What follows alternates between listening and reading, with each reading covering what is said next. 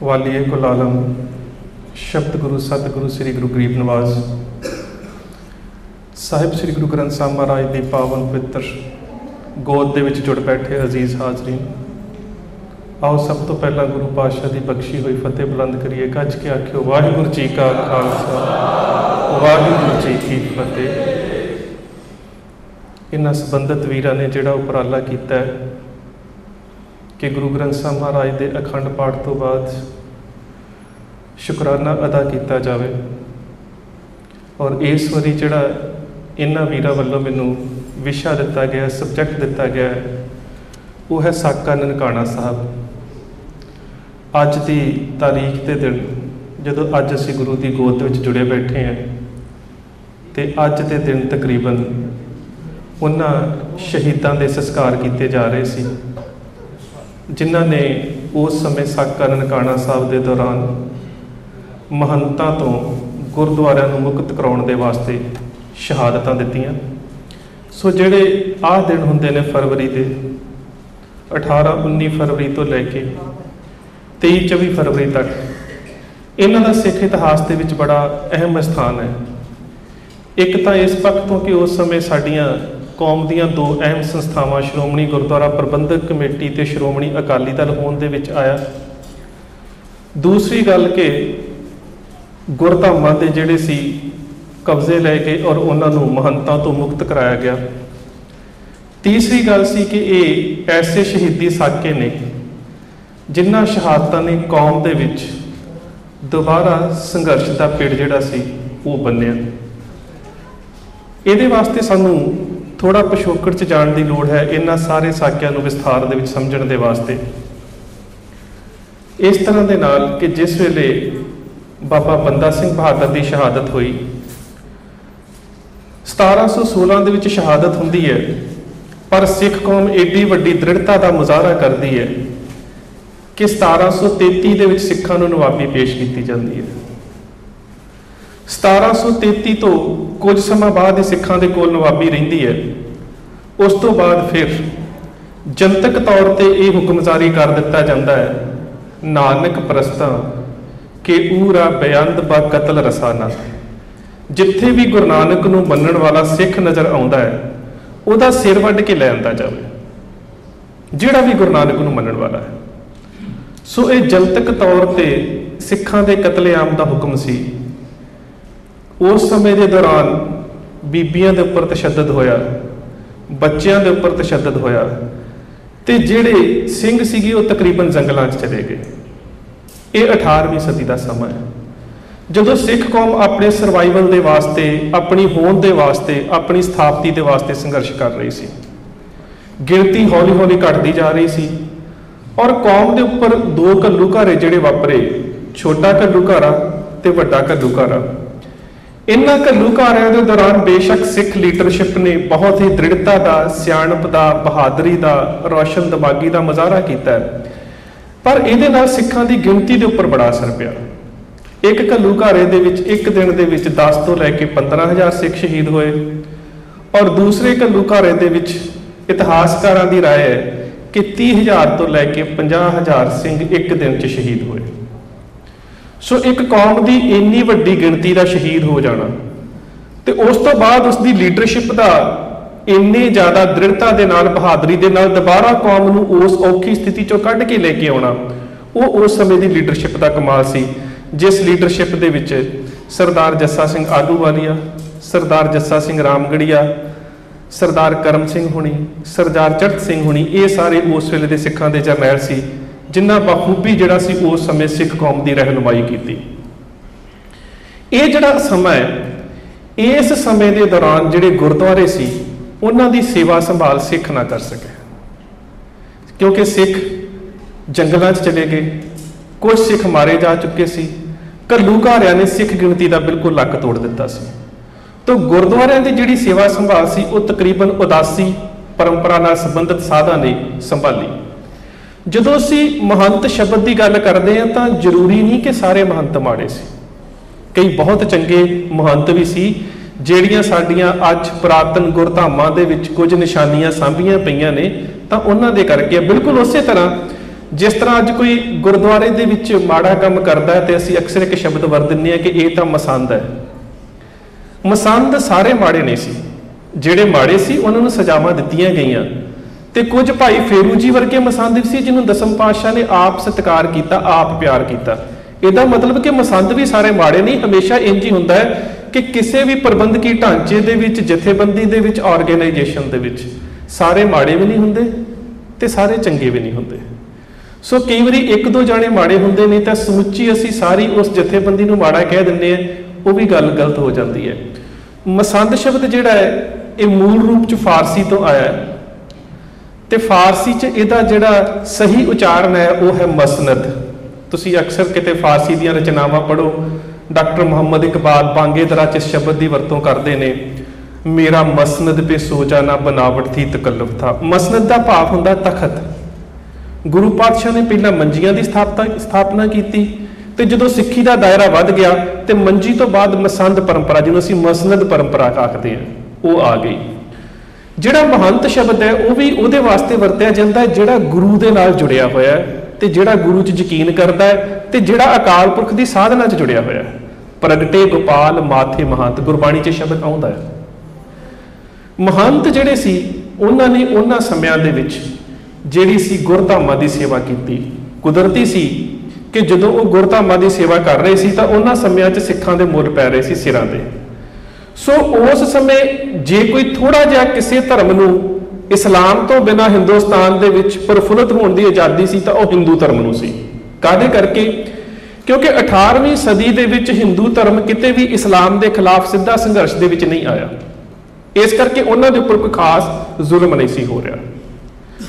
सो इन्हां ने गुरधामां दे विच थोड़े थोड़े हिंदू धर्म के नाल संबंधित जिहड़े कर्मकांड सी, जिहड़ियां कारज विधियां सी, जिहड़ी मर्यादा सी, उहनूं लियाउणा शुरू कर दिता अपनी जान के बचाव के वास्ते। इस तरह होया चलदियां चलदियां कि 18वीं सदी के अंत तक जदों महाराजा रणजीत सिंह का राज आउंदा है तां बहुतात गुरधाम जिहड़े उस समय महंतां दे अंडर सीगे उन्हां दे विच ब्राह्मणवादी कर्मकांड, ब्राह्मणवादी मर्यादा, मूर्तियां की स्थापना, ऐसे जिहड़े कर्म सी वो हो रहे सन। जिस वेले महाराजा रणजीत सिंह का राज आया तां बेशक वो राज दे विच कई बहुत चंगे भी गुरु घरां दे प्रबंधक सन।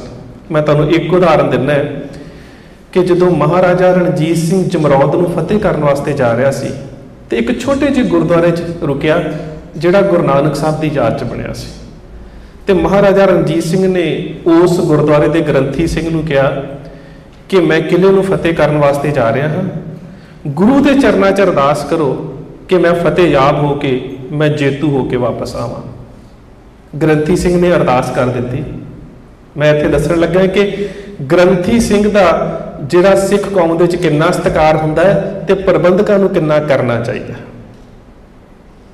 ये बहुत जरूरी है। जांदियां अरदास की, रणजीत सिंह किला फतेह कर गया। जदों बाद दे विच वापस आ रहा सी ते ग्रंथी सिंह नूं कहंदा है कि तुसीं मेरी जान लग्गियां अरदास कीती सी गुरु दे अगे, हुण मैनूं जिੱਤ प्राप्त हो गई है, मैं किला फतह कर गया है। दसो तुहाडे गुरुद्वारे नूं किन्नी जगीर चाहिदी है, दसो तुहाडे गुरुद्वारे दे नाम की ला देवां। ते ग्रंथी सिंह दा जवाब पता की सी? रणजीत सिंह मत्था टेक ते बाहर हो जा।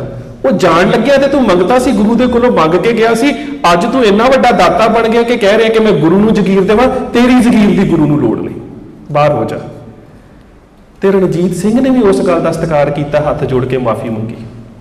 भाव के प्रबंधक नूं भी जिहड़े गुरु घर के ग्रंथी साहबान ने उन्हां दी कह सकते हो कि उस पवित्र पदवी नूं समझना पवेगा।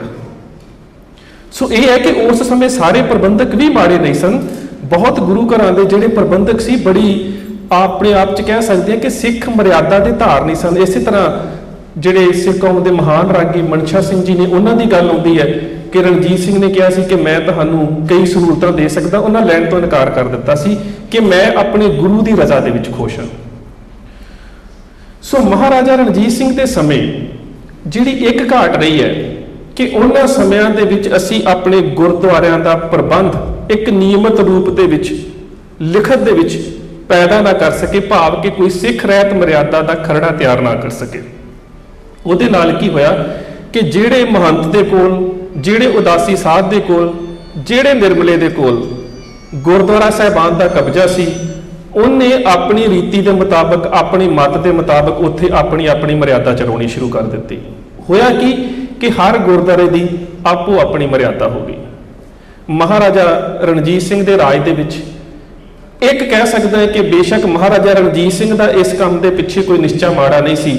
ਮਹਾਰਾਜਾ ਰਣਜੀਤ ਸਿੰਘ ਨੇ ਗੁਰਦੁਆਰੇ ਨੂੰ ਜ਼ਗੀਰਾਂ ਬਹੁਤ ਦੇ ਦਿੱਤੀਆਂ, ਜ਼ਮੀਨਾਂ ਬਹੁਤ ਨਾਂ ਲਾ ਦਿੱਤੀਆਂ। ਕਿਸੇ ਗੁਰਦੁਆਰੇ ਦੇ ਨਾਮ 500 ਏਕੜ, ਕਿਤੇ 1000 ਏਕੜ, ਕਿਤੇ 1200 ਏਕੜ, ਕਿਤੇ 2000 ਏਕੜ, ਬਹੁਤ ਵੱਡੀ ਜ਼ਗੀਰ ਮਹਾਰਾਜਾ ਰਣਜੀਤ ਸਿੰਘ ਨੇ ਗੁਰਦੁਆਰਿਆਂ ਦੇ ਨਾਮ ਲਾ ਦਿੱਤੀ। ਜਦੋਂ ਇੰਨੀ ਵੱਡੀ ਪ੍ਰਾਪਰਟੀ ਗੁਰਦੁਆਰਿਆਂ ਦੇ ਨਾਮ ਲੱਗ ਗਈ ਤੇ ਜਿਹੜੇ ਮਹੰਤ ਸੀ ਉਹਨਾਂ 'ਚ ਹੌਲੀ ਹੌਲੀ ਕਰਪਸ਼ਨ ਆਉਣੀ ਸ਼ੁਰੂ ਹੋ ਗਈ। ਉਹਨਾਂ ਨੇ ਸੋਚਿਆ ਕਿ ਅਸੀਂ ਤਾਂ ਹੁਣ ਜ਼ਗੀਰਾਂ ਦੇ ਮਾਲਕ ਹਾਂ, ਕਿਉਂਕਿ ਜ਼ਗੀਰ ਤੋਂ ਉਸ ਖੇਤੀ ਦਾ ਜਿੰਨਾ ਮੁਆਵਜ਼ਾ ਹੁੰਦਾ ਸੀ ਉਹ ਸਾਰਾ ਉਹਨਾਂ ਮਹੰਤਾਂ ਨੂੰ ਹੁੰਦਾ ਸੀ। ਸੋ ਉਹਨਾਂ ਨੇ ਆਪਣੇ ਆਪ ਨੂੰ ਗੁਰਦੁਆਰਿਆਂ ਦੇ ਸੇਵਕ ਨਾ ਹੋ ਕੇ ਗੁਰਦੁਆਰਿਆਂ ਦੇ ਮਾਲਕ ਸਮਝਣਾ ਸ਼ੁਰੂ ਕਰ ਦਿੱਤਾ। 1849 ਦੇ ਵਿੱਚ ਸਿੱਖ ਰਾਜ ਜਾਂਦਾ ਰਿਹਾ, ਪਰ ਪ੍ਰਬੰਧ ਉਹਨਾਂ ਲੋਕਾਂ ਦੇ ਕੋਲ ਹੀ ਰਿਹਾ। ਜਦੋਂ ਸਿੱਖ ਬ੍ਰਿਟਿਸ਼ ਦੇ ਗੁਲਾਮ ਹੋ ਗਏ ਤਾਂ ਉਸ ਸਮੇਂ ਬ੍ਰਿਟਿਸ਼ ਪਾਰਲੀਮੈਂਟ ਦੇ ਵਿੱਚ ਇੱਕ ਘਟਨਾ ਵਾਪਰੀ।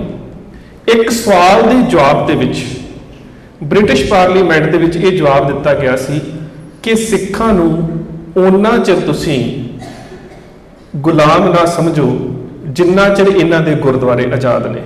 ਉਹਦੇ ਵਾਸਤੇ ਸ਼ਬਦ ਵਰਤਿਆ ਗਿਆ ਕਿ ਸਟੇਟ ਵਿਦਿਨ ਸਟੇਟ। ਜਿਹੜੇ ਸਿੱਖਾਂ ਦੇ ਗੁਰਦੁਆਰੇ ਨੇ ਨਾ, ਇਹ ਆਜ਼ਾਦੀ ਦੇ ਸਾਧਨ ਨੇ। ਸਿੱਖਾਂ ਦੇ ਗੁਰਦੁਆਰੇ ਆਜ਼ਾਦੀ ਦਾ ਸਰੋਤ ਨੇ।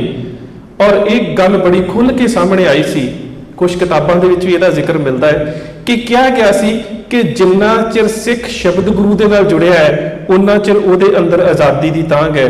ਜਿੰਨਾ ਚਿਰ ਸਿੱਖ ਆਪਣੇ ਗੁਰਦੁਆਰੇ ਦੇ ਨਾਲ ਜੁੜਿਆ ਹੈ ਉਨਾ ਚਿਰ ਤੱਕ ਉਹ ਕੁਰਬਾਨੀ ਵਾਸਤੇ ਤਿਆਰ ਹੈ। ਜਿੰਨਾ ਚਿਰ ਤੱਕ ਸਿੱਖ ਆਪਣੇ ਗੁਰੂ ਦੇ ਨਾਲ ਜੁੜਿਆ ਹੈ ਉਹ ਕਿਸੇ ਵੀ ਲਾਲਚ ਦੇ ਅੱਗੇ ਝੁਕ ਨਹੀਂ ਸਕਦਾ, ਉਹ ਵਿਕ ਨਹੀਂ ਸਕਦਾ।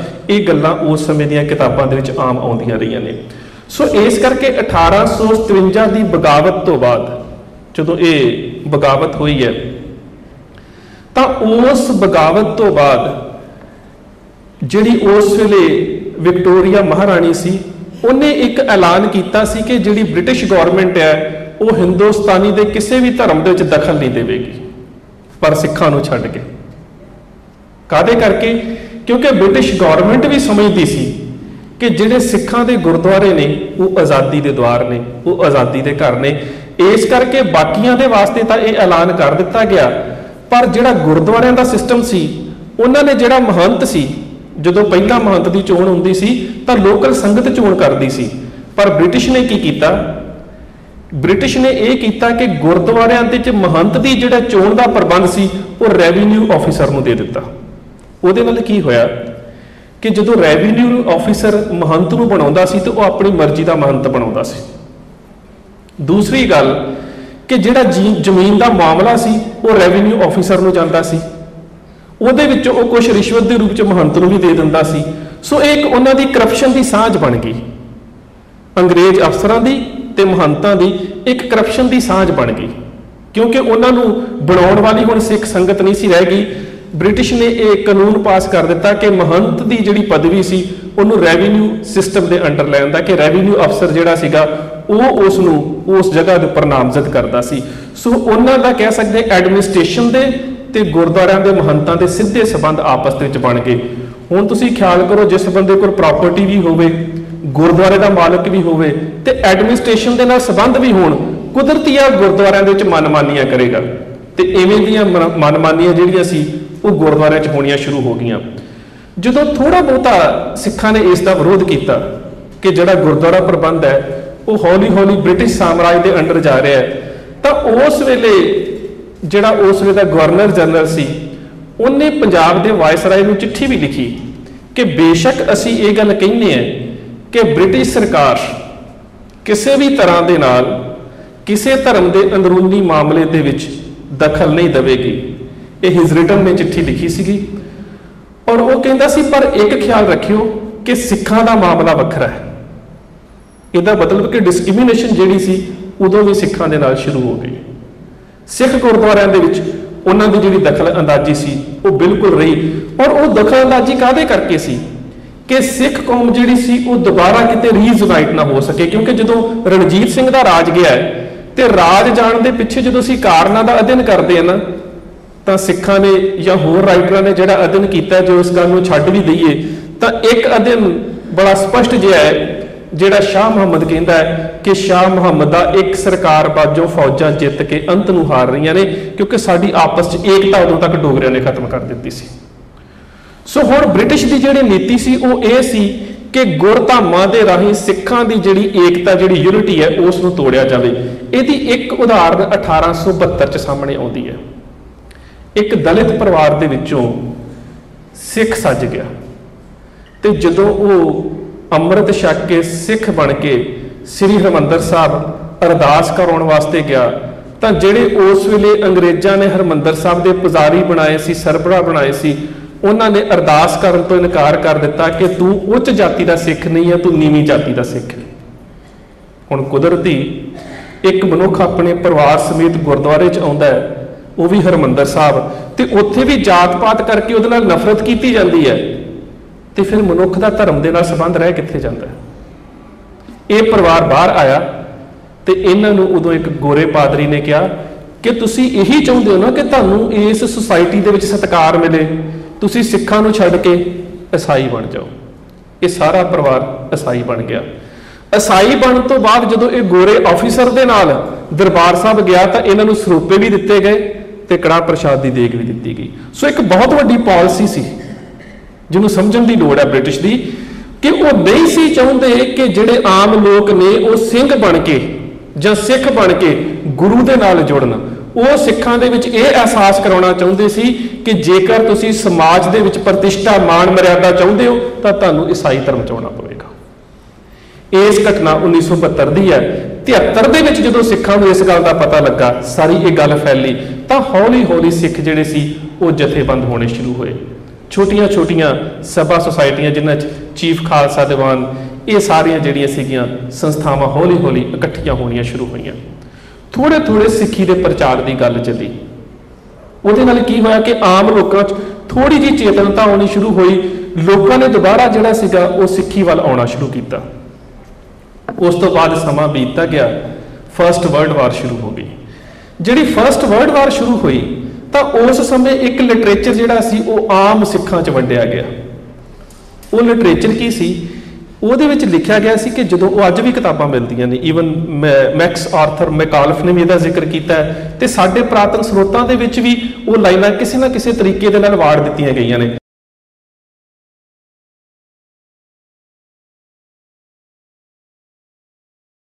ਅੱਜ ਜਦੋਂ ਹੁਣ ਪਿਛਲੇ ਇੱਕ ਸਾਲ 2014 ਦੇ ਵਿੱਚ ਜਦੋਂ ਉਹ 100 ਸਾਲਾ ਮਨਾ ਰਹੇ ਸੀ ਨਾ ਫਸਟ ਵਰਲਡ ਵਾਰ ਦਾ, ਤੇ ਇੱਕ ਬ੍ਰਿਟੇਨ ਤੋਂ ਕਿਤਾਬ ਛਪੀ ਜਿਹੜੀ ਮਾਰਕ ਟੱਲੀ ਨੇ ਐਡਿਟ ਕੀਤੀ ਹੈ। ਉਹਦੇ 'ਚ ਸਿੱਖਾਂ ਦੀਆਂ ਚਿੱਠੀਆਂ ਨੇ ਜਿਹੜੀਆਂ ਉਹਨਾਂ ਨੇ ਆਪਣੇ ਪਰਿਵਾਰਾਂ ਨੂੰ ਲਿਖੀਆਂ ਨੇ। ਤੇ ਜਦੋਂ ਮੈਂ ਕਿਤਾਬ ਨੂੰ 에ਅਰਪੋਰਟ ਤੇ ਬੈਠਾ ਪੜ੍ਹ ਰਿਹਾ ਸੀਗਾ ਚਿੱਠੀਆਂ ਦੇ ਵਿੱਚ, ਤੇ ਤਕਰੀਬਨ ਹਰ ਤੀਜੀ ਚੌਥੀ ਚਿੱਠੀ ਦੇ ਵਿੱਚ ਜ਼ਿਕਰ ਹੈ, ਹਰ ਚਿੱਠੀ ਦੇ ਵਿੱਚ ਸਿੱਖ ਆਪਣੇ ਪਰਿਵਾਰ ਨੂੰ ਲਿਖ ਰਹੇ ਨੇ ਕਿ ਅਸੀਂ ਬੇਸ਼ੱਕ ਇੱਥੇ ਬੜੇ ਬੁਰੇ ਹਾਲਾਤਾਂ ਦੇ ਵਿੱਚ ਅਸੀਂ ਮਰ ਰਹੇ ਹਾਂ, ਪਰ ਅਸੀਂ ਗੁਰੂ ਤੇਗ ਬਹਾਦਰ ਸਾਹਿਬ ਦੇ ਹੁਕਮ ਦੇ ਪਾਬੰਦ ਹਾਂ। ਹੁਣ ਖਿਆਲ ਰੱਖਿਓ, ਅਸੀਂ ਬੇਸ਼ੱਕ ਮਰ ਰਹੇ ਹਾਂ, ਅਸੀਂ ਬੜੇ ਦੁਖੀ ਹਾਂ, ਪਰ ਅਸੀਂ ਗੁਰੂ ਤੇਗ ਬਹਾਦਰ ਸਾਹਿਬ ਦੇ ਹੁਕਮ ਦੇ ਪਾਬੰਦ ਹਾਂ। ਹੁਕਮ ਕੀ? ਗੋਰਿਆਂ ਨੇ ਸਾਡੇ ਕੁਝ ਸਰੋਤਾਂ ਦੇ ਵਿੱਚ ਆਪਣੇ ਕੋਲੋਂ ਹੀ ਇਹ ਗੱਲਾਂ ਪਾ ਕੇ ਸਿੱਖਾਂ ਦੇ ਵਿੱਚ ਵੰਡ ਦਿੱਤੀਆਂ। ਖਾਸ ਕਰਕੇ ਫੌਜ ਦੇ ਵਿੱਚ ਬੜਾ ਪ੍ਰਚਾਰ ਕੀਤਾ ਕਿ ਗੁਰੂ ਤੇਗ ਬਹਾਦਰ ਸਾਹਿਬ ਸ਼ਹੀਦੀ ਦੇ ਸਮੇਂ ਇਹ ਕਹਿ ਕੇ ਗਏ ਸੀ ਕਿ ਹੁਣ ਮੁਸਲਮਾਨਾਂ ਤੋਂ ਬਾਅਦ ਮੇਰੇ ਟੋਪੀ ਵਾਲੇ ਸਿੱਖ ਅੰਗਰੇਜ਼ ਆਉਣਗੇ, ਫਰੰਗੀ ਆਉਣਗੇ, ਤੇ ਉਹਦਾ ਨਾ ਤੁਸੀਂ ਸਾਥ ਦਿਓ, ਉਹ ਤੁਹਾਡੀ ਮਦਦ ਕਰਨਗੇ। ਇਹ ਲਿਟਰੇਚਰ ਆਮ ਸਿੱਖਾਂ ਦੇ ਵਿੱਚ ਵੰਡਿਆ ਗਿਆ। ਤੇ ਜਦੋਂ 1918-19 ਦੇ ਵਿੱਚ ਇਹ ਜੰਗ ਖਤਮ ਹੋਈ ਤਾਂ ਉਦੋਂ ਜਿਹੜੇ ਫੌਜੀ ਵਾਪਸ ਆਏ, ਜਿਨ੍ਹਾਂ ਨੂੰ ਬਾਅਦ ਵਿੱਚ ਫੌਜ ਦੇ ਵਿੱਚੋਂ ਪੈਨਸ਼ਨਾਂ ਦੇ ਕੇ ਕੱਢ ਦਿੱਤਾ ਗਿਆ, ਤਾਂ ਉਹਨਾਂ ਨੇ ਜਿਹੜੀ ਸਿੱਖ ਲੀਡਰਸ਼ਿਪ ਦੁਬਾਰਾ ਹੌਲੀ ਹੌਲੀ ਇਕੱਠੀ ਹੋ ਰਹੀ ਸੀ, ਉਹਨੂੰ ਇਹ ਗੱਲ ਦੱਸੀ ਕਿ ਸਾਡੀਆਂ ਬੈਰਕਾਂ ਦੇ ਵਿੱਚ ਪ੍ਰਚਾਰ ਕੀਤਾ ਜਾਂਦਾ ਹੈ ਕਿ ਤੁਸੀਂ ਤਾਂ ਗੁਰੂ ਤੇਗ ਬਹਾਦਰ ਸਾਹਿਬ ਦੇ ਹੁਕਮਾਂ ਤੇ ਸਾਡਾ ਹੁਕਮ ਮੰਨਣ ਤੇ ਪਾਬੰਦ ਹੋ। ਤੁਹਾਡੇ ਤਾਂ ਗੁਰੂ ਨੇ ਹੁਕਮ ਕੀਤਾ ਹੈ ਕਿ ਤੁਸੀਂ ਹਰ ਫਰੰਗੀ ਦਾ, ਹਰ ਗੋਰੇ ਦਾ ਹੁਕਮ ਮੰਨਣਾ ਹੈ। ਸੋ ਇਹ ਭਾਵ ਸੀ ਕਿ ਸਿੱਖਾਂ ਨੂੰ ਜਦੋਂ ਤੁਸੀਂ ਕਹਿ ਸਕਦੇ ਹੋ ਕਿ ਜਜ਼ਬਾਤੀ ਤੌਰ ਤੇ ਬਲੈਕਮੇਲ ਕੀਤਾ ਗਿਆ, ਇਮੋਸ਼ਨਲ ਬਲੈਕਮੇਲਿੰਗ ਕੀਤੀ ਗਈ। ਸੋ ਇਹਨਾਂ ਫੌਜੀਆਂ ਦੇ ਵਾਪਸ ਆਉਣ ਤੋਂ ਬਾਅਦ ਇਹਨਾਂ ਨੀਤੀਆਂ ਦਾ ਵੀ ਬੜਾ ਜਿਹੜਾ ਸੀ ਉਹ ਖੁਲਾਸਾ ਹੋਣਾ ਸ਼ੁਰੂ ਹੋ ਗਿਆ। ਇਹ ਜਿਹੜੇ ਫੌਜੀ ਸੀ ਇਹਨਾਂ ਨੇ ਵੀ ਹੌਲੀ ਹੌਲੀ ਇਹਨਾਂ ਸਭਾਵਾਂ ਦੇ ਨਾਲ ਜਥੇਬੰਦ ਹੋਣਾ ਸ਼ੁਰੂ ਕਰ ਦਿੱਤਾ। पर उस समय सब तो वड्डी घाट सी कि सिखां दे कोल अपना मीडिया नहीं सी। ਗਿਆਨੀ ਹੀਰਾ ਸਿੰਘ दर्द होना ने, दो अमर सिंह ਝਬਾਲ होना ने, सरदार हरबंस होना ने रल मिल के एक अखबार शुरू कर दिता अकाली। ਜਦੋਂ ਉਹ ਅਕਾਲੀ ਅਖਬਾਰ ਛਪਣਾ ਸ਼ੁਰੂ ਹੋ ਗਿਆ ਤੇ ਪਿੰਡਾਂ ਦੇ ਵਿੱਚ ਪਹੁੰਚਣਾ ਸ਼ੁਰੂ ਹੋ ਗਿਆ ਹੌਲੀ ਹੌਲੀ, ਤਾਂ ਉਦੋਂ ਸਿੱਖਾਂ ਨੂੰ ਸਮਝ ਪਈ ਕਿ ਸਾਡੇ ਕੋਲ ਤਾਂ ਸਾਡੇ ਗੁਰ ਧਾਰਮਿਕ ਹੋਏ ਜਾ ਰਹੇ ਨੇ, ਤੇ ਜਿਹੜੀਆਂ ਸਾਡੀਆਂ ਜਥੇਬੰਦੀਆਂ ਸਿੱਖੀ ਦੇ ਪ੍ਰਚਾਰ ਦੇ ਵਾਸਤੇ ਹੋਣ ਦੇ ਵਿੱਚ ਆਈਆਂ ਨੇ, ਚੀਫ ਖਾਲਸਾ ਦੀਵਾਨ ਤੇ ਇੱਕ ਦੋ ਹੋਰ ਜਥੇਬੰਦੀਆਂ, ਉਹ ਤਾਂ ਖੁਦ ਅੰਗਰੇਜ਼ਾਂ ਦੇ ਪ੍ਰਭਾਵ ਦੇ ਅਧੀਨ ਆ ਚੁੱਕੀਆਂ ਨੇ। ਸੋ ਸਾਨੂੰ ਕਿਸੇ ਨਾ ਕਿਸੇ ਤਰੀਕੇ ਦੇ ਨਾਲ ਆਪਣੇ ਗੁਰਧਾਮਾਂ ਦਾ ਪ੍ਰਬੰਧ ਜਿਹੜਾ ਉਹ ਲੈਣਾ ਪਵੇਗਾ। ਸੋ 1918-19 ਦੇ ਵਿੱਚ ਇਹ ਗੱਲਾਂ ਵਾਪਰਨੀਆਂ ਸ਼ੁਰੂ ਹੋ ਗਈਆਂ। ਪਰ ਉਸ ਸਮੇਂ ਤੱਕ ਸਾਡੇ ਗੁਰਦੁਆਰਿਆਂ ਦਾ ਪ੍ਰਬੰਧ ਇੰਨਾ ਵਿਗੜ ਚੁੱਕਾ ਸੀ ਕਿ ਤਰਨ ਤਾਰਨ ਦੇ ਬਾਰੇ ਅਕਾਲੀ ਅਖਬਾਰ ਦੇ ਵਿੱਚ ਇੱਕ ਜ਼ਿਕਰ ਆਉਂਦਾ ਹੈ ਕਿ ਗੁਰਦੁਆਰਾ ਤਰਨ ਤਾਰਨ ਸਾਹਿਬ ਜਦੋਂ ਮੱਸਿਆ ਲੱਗਦੀ ਸੀ ਤੇ ਪਰਿਕਰਮਾ ਦੇ ਤੇ ਬੁੰਗਿਆਂ ਦੇ ਵਿੱਚ ਸ਼ਰਾਬਾਂ ਵਰਤਾਈਆਂ ਜਾਂਦੀਆਂ, ਔਰਤਾਂ ਨੂੰ ਭੱਦੇ ਮਜ਼ਾਕ ਕੀਤੇ ਜਾਂਦੇ, ਕਿਸੇ ਵੀ ਔਰਤ ਦੀ ਇੱਜ਼ਤ ਗੁਰਦੁਆਰੇ ਦੇ ਵਿੱਚ ਮਹਿਫੂਜ਼ ਨਹੀਂ ਸੀ। ਇੱਥੋਂ ਤੱਕ ਕਿ ਹਰਮੰਦਰ ਸਾਹਿਬ ਦੀਆਂ ਪਰਿਕਰਮਾ ਦੇ ਵਿੱਚ ਲਗਾਤਾਰ ਮੂਰਤੀਆਂ ਰੱਖੀਆਂ ਹੋਈਆਂ ਸੀ। ਹੋਰ ਉਸ ਤੋਂ ਅੱਗੇ ਚਲੇ ਜਾਈਏ ਤਾਂ ਇਹ ਜਿਹੜੀ ਤਰਨ ਤਾਰਨ ਸਾਹਿਬ ਦੀਆਂ ਪਰਿਕਰਮਾ ਨੇ, ਇਹਦੇ ਵਿੱਚ ਮੱਸਿਆ ਵਾਲੀ ਰਾਤ ਨੂੰ ਵੇਸਵਾਵਾਂ, ਨੱਚਣ ਵਾਲੀਆਂ ਔਰਤਾਂ ਨਚਾਈਆਂ ਜਾਂਦੀਆਂ ਸੀ, ਤੇ ਜਿਹੜੇ ਉੱਥੋਂ ਦੇ ਮਹੰਤ ਸੀ ਉਹ ਪਰਿਕਰਮਾ 'ਚ ਬੈਠ ਕੇ ਸ਼ਰਾਬ ਪੀਂਦੇ ਸੀ। ਇੱਕ ਵਾਰੀ ਤਾਂ ਇੱਕ ਮਹੰਤ ਦੇ ਬੇਟੇ ਦਾ ਉਸ ਵੇਲੇ ਬਿਆਨ ਵੀ ਅਖਬਾਰਾਂ 'ਚ ਆ ਗਿਆ ਸੀ ਕਿ ਸਾਨੂੰ ਕੋਈ ਕੁਝ ਨਹੀਂ ਰੋਕ ਸਕਦਾ ਕਿਉਂਕਿ ਅਸੀਂ ਗੁਰਦੁਆਰਿਆਂ ਦੇ ਮਾਲਕ ਹਾਂ। ਜੇ ਕਿਸੇ ਸਿੱਖ ਨੇ ਆਉਣਾ ਹੈ ਆਵੇ, ਨਹੀਂ ਆਉਣਾ ਨਾ ਆਵੇ, ਪਰ ਅਸੀਂ ਇਹਦੇ ਮਾਲਕ ਹਾਂ। ਅਸੀਂ ਚਾਹੇ ਇੱਥੇ ਸ਼ਰਾਬਾਂ ਪੀਏ, ਅਸੀਂ ਚਾਹੇ ਇੱਥੇ ਕੁਕਰਮ ਕਰੀਏ, ਅਸੀਂ ਚਾਹੇ ਇੱਥੇ ਕੰਜਰੀਆਂ ਨਚਾਈਏ, ਸਾਨੂੰ ਕੋਈ ਨਹੀਂ ਰੋਕ ਸਕਦਾ। ਇਹਦਾ ਮਤਲਬ ਕਿ ਬ੍ਰਿਟਿਸ਼ ਲੋਕਾਂ ਦੀ ਐਡਮਿਨਿਸਟ੍ਰੇਸ਼ਨ ਤਾਕਤ ਦੇ ਨਾਲ ਤੇ ਉਹਨਾਂ ਦੀ ਮਾਇਕ ਤਾਕਤ ਦੇ ਨਾਲ ਜਿਹੜੇ ਮਹੰਤ ਸੀ ਬੜੇ ਸਟਰੋਂਗ ਹੋ ਚੁੱਕੇ ਸੀ, ਜਿਨ੍ਹਾਂ ਨੂੰ ਕੱਢਣਾ ਕਾਫੀ ਔਖਾ ਸੀ। ਸੋ ਤਰਨ ਤਾਰਨ ਸਾਹਿਬ ਸਿੱਖਾਂ ਨੇ ਪਹਿਲਾ ਮੋਰਚਾ ਲਾਇਆ, ਮਹੰਤਾਂ ਨੂੰ ਕੱਢਣ ਦੀ ਕੋਸ਼ਿਸ਼ ਕੀਤੀ, ਮਹੰਤ ਕੱਢ ਲਏ, ਤੇ ਇਸ ਗੁਰਦੁਆਰਾ ਲਹਿਰ ਦੇ ਪਹਿਲੇ ਦੋ ਸ਼ਹੀਦ ਹੋਏ ਸਰਦਾਰ ਹੁਕਮ ਸਿੰਘ ਤੇ ਸਰਦਾਰ ਹਜ਼ਾਰਾ ਸਿੰਘ। ਇਹਨਾਂ ਮਹੰਤਾਂ ਨੂੰ ਕੱਢਦਿਆਂ ਕੱਢਦਿਆਂ ਇਹਨਾਂ ਦੋ ਸਿੱਖਾਂ ਨੂੰ ਤਰਨ ਤਾਰਨ ਸਾਹਿਬ ਵਿਖੇ ਸ਼ਹਾਦਤ ਦੇਣੀ ਪਈ। 1819 ਦੇ ਮਾਫ ਕਰਨਾ 1919 ਚ ਇੱਕ ਹੋਰ ਘਟਨਾ ਵਾਪਰ ਗਈ ਕਿ ਜਦੋਂ ਜਲਿਆਂਵਾਲੇ ਬਾਗ ਦੇ ਵਿੱਚ ਜਨਰਲ ਡਾਇਰ ਦੇ ਵੱਲੋਂ ਨਿਹੱਥੇ ਸਿੱਖਾਂ ਦਾ ਕਤਲੇਆਮ ਕੀਤਾ ਗਿਆ, ਤਾਂ ਉਸ ਸਮੇਂ ਅੰਗਰੇਜ਼ਾਂ ਦੇ ਬਣਾਏ ਹਰਮੰਦਰ ਸਾਹਿਬ ਦੇ ਸਰਬਰਾਹ ਅਰੂਰ ਸਿੰਘ ਨੇ ਡਾਇਰ ਨੂੰ ਸਰੂਪਾ ਦੇ ਕੇ ਸਨਮਾਨਿਤ ਕਰ ਦਿੱਤਾ, ਤੇ ਨਾਲ ਹੀ ਜਿਹੜਾ ਜਲਿਆਂਵਾਲੇ ਬਾਗ ਦੇ ਵਿੱਚ ਕਤਲੇਆਮ ਹੋਇਆ ਨਾਲ ਹੀ ਉਸ ਨੂੰ ਸ਼ਲਾਘਾ ਕਰ ਦਿੱਤੀ ਕਿ ਬੜੀ ਚੰਗੀ ਗੱਲ ਹੈ ਕਿ ਇਹਨਾਂ ਨੂੰ ਕਤਲ ਕਰ ਦਿੱਤਾ ਗਿਆ ਲੋਕਾਂ ਨੂੰ। ਹੁਣ ਜਦੋਂ ਇਹ ਵੀ ਗੱਲ ਆਮ ਸਿੱਖਾਂ ਤੱਕ ਪਹੁੰਚੀ ਤਾਂ ਹਰ ਸਿੱਖਾਂ ਦੇ ਵਾਸਤੇ ਅਸਹਿ ਸੀ ਕਿ ਇੱਕ ਪਾਸੇ ਤਾਂ ਇੰਨਾ ਵੱਡਾ ਜਨਤਕ ਕਤਲੇਆਮ ਹੋ ਰਿਹਾ ਹੈ ਤੇ ਸ੍ਰੀ ਹਰਿਮੰਦਰ ਸਾਹਿਬ ਜਿਹੜਾ ਮਨੁੱਖੀ ਏਕਤਾ ਦਾ ਪ੍ਰਤੀਕ ਹੈ, ਜਿਹੜਾ ਮਨੁੱਖਤਾ ਦੇ ਹੱਕਾਂ ਦਾ ਪ੍ਰਤੀਕ ਹੈ, ਜਿਹੜਾ ਨੈਤਿਕ ਕਦਰਾਂ ਕੀਮਤਾਂ ਦਾ ਪ੍ਰਤੀਕ ਹੈ, ਉੱਥੋਂ ਦਾ ਸਰਬਰਾਹ ਕਹਿ ਰਿਹਾ ਕਿ ਬੜੀ ਚੰਗੀ ਗੱਲ ਕੀਤੀ ਹੈ ਕਿ ਜਲਿਆਂਵਾਲੇ ਬਾਗ ਦੇ ਵਿੱਚ ਇੰਨੇ ਲੋਕ ਕਤਲ ਕਰ ਦਿੱਤੇ ਗਏ ਨੇ, ਜਨਰਲ ਡਾਇਰ ਨੂੰ ਸਰੂਪਾ ਵੀ ਦਿੱਤਾ ਗਿਆ। ਉਸ ਤੋਂ ਬਾਅਦ ਤਰਨ ਤਾਰਨ ਸਾਹਿਬ ਜਦੋਂ ਪ੍ਰਬੰਧ ਸਿੱਖਾਂ ਦੇ ਕੋਲ ਆਇਆ ਤਾਂ ਫਿਰ ਹਰਮੰਦਰ ਸਾਹਿਬ ਦੇ ਪ੍ਰਬੰਧ ਦੀ ਗੱਲ ਚੱਲੀ। ਜਿਸ ਸਮੇਂ ਹਰਮੰਦਰ ਸਾਹਿਬ ਦੇ ਪ੍ਰਬੰਧ ਦੀ ਗੱਲ ਚੱਲ ਰਹੀ ਸੀ 1919 ਅਕਤੂਬਰ ਦੇ ਦੌਰਾਨ, ਉਹਨਾਂ ਸਮਿਆਂ ਦੇ ਵਿੱਚ ਇੱਕ ਘਟਨਾ ਹੋਰ ਵਾਪਰੀ ਕਿ ਇੱਕ ਸਿੰਧੀ ਪਰਿਵਾਰ ਨਨਕਾਣਾ ਸਾਹਿਬ ਮੱਥਾ ਟੇਕਣ ਵਾਸਤੇ ਆਇਆ, ਤੇ ਨਨਕਾਣਾ ਸਾਹਿਬ ਦੇ ਮਹੰਤ ਨਾਰਾਇਣ ਦਾਸ ਨੇ ਉਹਨਾਂ ਦੀ 16 ਸਾਲ ਦੀ ਬੱਚੀ ਨੂੰ ਧੱਕੇ ਦੇ ਨਾਲ ਪ੍ਰਕਰਮਾਂ ਚੋਂ ਅਗਵਾ ਕੀਤਾ। ਮੱਥਾ ਟੇਕ ਕੇ ਬੱਚੀ ਵਾਪਸ ਜਾ ਰਹੀ ਸੀ ਤੇ ਉਹਦੇ ਨਾਲ ਕੁਕਰਮ ਕੀਤਾ। ਇਹ ਗੱਲ ਆਮ ਸਿੱਖਾਂ ਤੱਕ ਪਹੁੰਚੀ। 1 ਸਾਲ ਦੇ ਵਿੱਚ ਨਨਕਾਣਾ ਸਾਹਿਬ ਦੇ ਵਿੱਚ ਇਸ ਤਰ੍ਹਾਂ 6 ਬੀਬੀਆਂ ਦੇ ਨਾਲ ਹੋ ਚੁੱਕਾ ਸੀ, ਜਿਨ੍ਹਾਂ ਚੋਂ ਇੱਕ ਬੱਚੀ ਤਾਂ ਵਾਪਸ ਮਿਲੀ ਤੇ 5 ਵਾਪਸ ਹੀ ਨਹੀਂ ਮਿਲ ਸਕੀਆਂ। ਉਹਨਾਂ ਦੇ ਨਾਲ ਕੁਕਰਮ ਕਰਨ ਤੋਂ ਬਾਅਦ ਉਹਨਾਂ ਨੂੰ ਕਤਲ ਕਰਕੇ ਸੁੱਟ ਦਿੱਤਾ ਗਿਆ। ਇਹ ਘਟਨਾ ਜਾਂ ਇਹ ਵਾਕਿਆਤ ਉਸ ਜਗ੍ਹਾ ਤੇ ਵਾਪਰ ਰਹੇ ਸਨ ਜਿੱਥੇ ਗੁਰੂ ਨਾਨਕ ਸਾਹਿਬ ਦਾ ਜਨਮ ਹੋਇਆ ਸੀ। ਜਦੋਂ ਇਹ ਘਟਨਾਵਾਂ ਸਿੱਖਾਂ ਤੱਕ ਪਹੁੰਚ ਰਹੀਆਂ ਸੀ ਤੇ ਅਕਤੂਬਰ 1918-19 ਦੇ ਵਿੱਚ ਸਿੱਖਾਂ ਨੇ ਇੱਕ ਜਨਤਕ ਤੌਰ ਤੇ ਇਕੱਠ ਕੀਤਾ ਤੇ ਸਰਦਾਰ ਲਛਮਣ ਸਿੰਘ ਧਾਰੋਵਾਲੀ ਹੋਣਾ ਨੇ ਉਸ ਇਕੱਠ ਨੂੰ ਸੰਬੋਧਿਤ ਵੀ ਕੀਤਾ, ਤੇ ਨਾਲ ਹੀ ਸਿੱਖਾਂ ਨੂੰ ਦੱਸਿਆ ਕਿ ਸ੍ਰੀ ਨਨਕਾਣਾ ਸਾਹਿਬ ਦੇ ਅੰਦਰ ਜਿਹੜਾ ਮਹੰਤ ਹੈ ਇਹ ਕੁਕਰਮ ਕਰ ਰਿਹਾ ਹੈ। ਕੁਝ ਵਿਚੋਲੇ ਪਾ ਕੇ ਮਹੰਤ ਨੂੰ ਸਮਝਾਉਣ ਦੀ ਵੀ ਕੋਸ਼ਿਸ਼ ਕੀਤੀ ਗਈ, ਕਿਉਂਕਿ ਜਿਹੜਾ ਇਹ ਨਨਕਾਣਾ ਸਾਹਿਬ ਦਾ ਮਹੰਤ ਸੀ, ਇਹਦੇ ਤੋਂ ਜਿਹੜਾ ਪਹਿਲਾ ਮਹੰਤ ਸੀ ਕਿਸ਼ਨ ਦਾਸ, ਤੇ ਕਿਸ਼ਨ ਦਾਸ ਤੋਂ ਪਹਿਲਾ ਮਹੰਤ ਸੀ ਸਾਧੂ ਦਾਸ। ਇਹ ਸਾਧੂ ਦਾਸ ਤੇ ਕਿਸ਼ਨ ਦਾਸ ਜਿਹੜੇ ਮਹੰਤ ਸੀ ਇਹ ਵੀ ਬੜੇ ਮਾੜੇ ਕਰੈਕਟਰ ਦੇ ਸੀ, ਇਖਲਾਕ ਦੇ ਬਹੁਤ ਡਿੱਗੇ ਹੋਏ ਸੀਗੇ। पर जदों नारायण दास बनिया सी उदों इन्हें सिखां दे कोल प्रण कीता सी गुरु की हजूरी दे विच कि पहले महंत इत्थे माड़े काम करते रहे ने, मैं नहीं करूँगा। पर जदों इनू महंती का उस वेले कह सकते हो कि अहुदा मिल गया तो इन्हें सब तो पहला इस इलाके दे विचों मरासी परिवार दे विचों एक औरत नूं धक्के नाल चुक के लिया के उत्थे ननकाणा साहब गुरुद्वारे च रखिया। उस तो बाद उत्थे शराब, उत्थे वेसवावां दा नाच ते उत्थे कई तरह के एक कर्म गुरुद्वारे च शुरू हो रहे। सो उस समय ये एक बड़ा अहम मुद्दा सी। एक पासे तो सिख धार्मिक तौर पर जथेबंद हो रहे सी, दूजे पासे तरनताਰਨ साहब का प्रबंध जिहड़ा सी वो 2 शहादतां दे सदका सिखां दे कोल आ गया सी। तीजा हुण प्रबंध लेना सी श्री हरमंदर साहब का। श्री हरमंदर साहब का जिहड़ा सी वो प्रबंध इस तरह लिया गया कि सरदार हरचंद सिंह हुणी, सरदार जोध सिंह हुणी, सरदार हरबंस सिंह हुणी, इन्हां ने कुछ सिखां नूं अमृत छकाया ते मत्था टकाउण दे वास्ते हरमंदर साहब लैके गए। ते इन्हां दे नाल ही जथे दे कुछ सिंह सरदार झबाग हुणी, सरदार करतार सिंह झब्बर हुणी वो शस्त्रधारी होके गए कि जेकर इस वारी भी इन्हां दा प्रसाद लैण तो पुजारियां ने इनकार किया तो फिर असीं उन्हां दे नाल 2 हत्थ भी करांगे। पर जदों ये गए तो इन्हां नूं वेख के पुजारी डर गए ते हरमंदर साहब छड्ड के भज गए। जदों वो भज गए तो इन्हां ने उत्थे सरदार जोध सिंह हुणी भी नाल सी, इन्हां ने हरमंदर साहब के उपर कब्जा कर लिया। कब्जा करन तो बाद इन्हां ने कमेटी बनाउण दी गल कीती। सो कमेटी जदों बनाई जा रही सी उस वेले ब्रिटिश नूं भी पता लग गया कि सिख वक्री कमेटी बना रहे ने। इन्हां तो पहला ही उन्होंने 36 मैंबरी कमेटी अनाउंस कर दी ब्रिटिश ने। पर सिखां ने कहा कि बेशक ब्रिटिश ने कमेटी अनाउंस की है, असी अपनी कमेटी जिहड़ी है वो जरूर बनावांगे। सो इन्हां ने 175 मैंबरी कमेटी बनाई जिहदे विच उन्हां दे 36 मैंबर जिहड़े सी वो भी लै लए गए।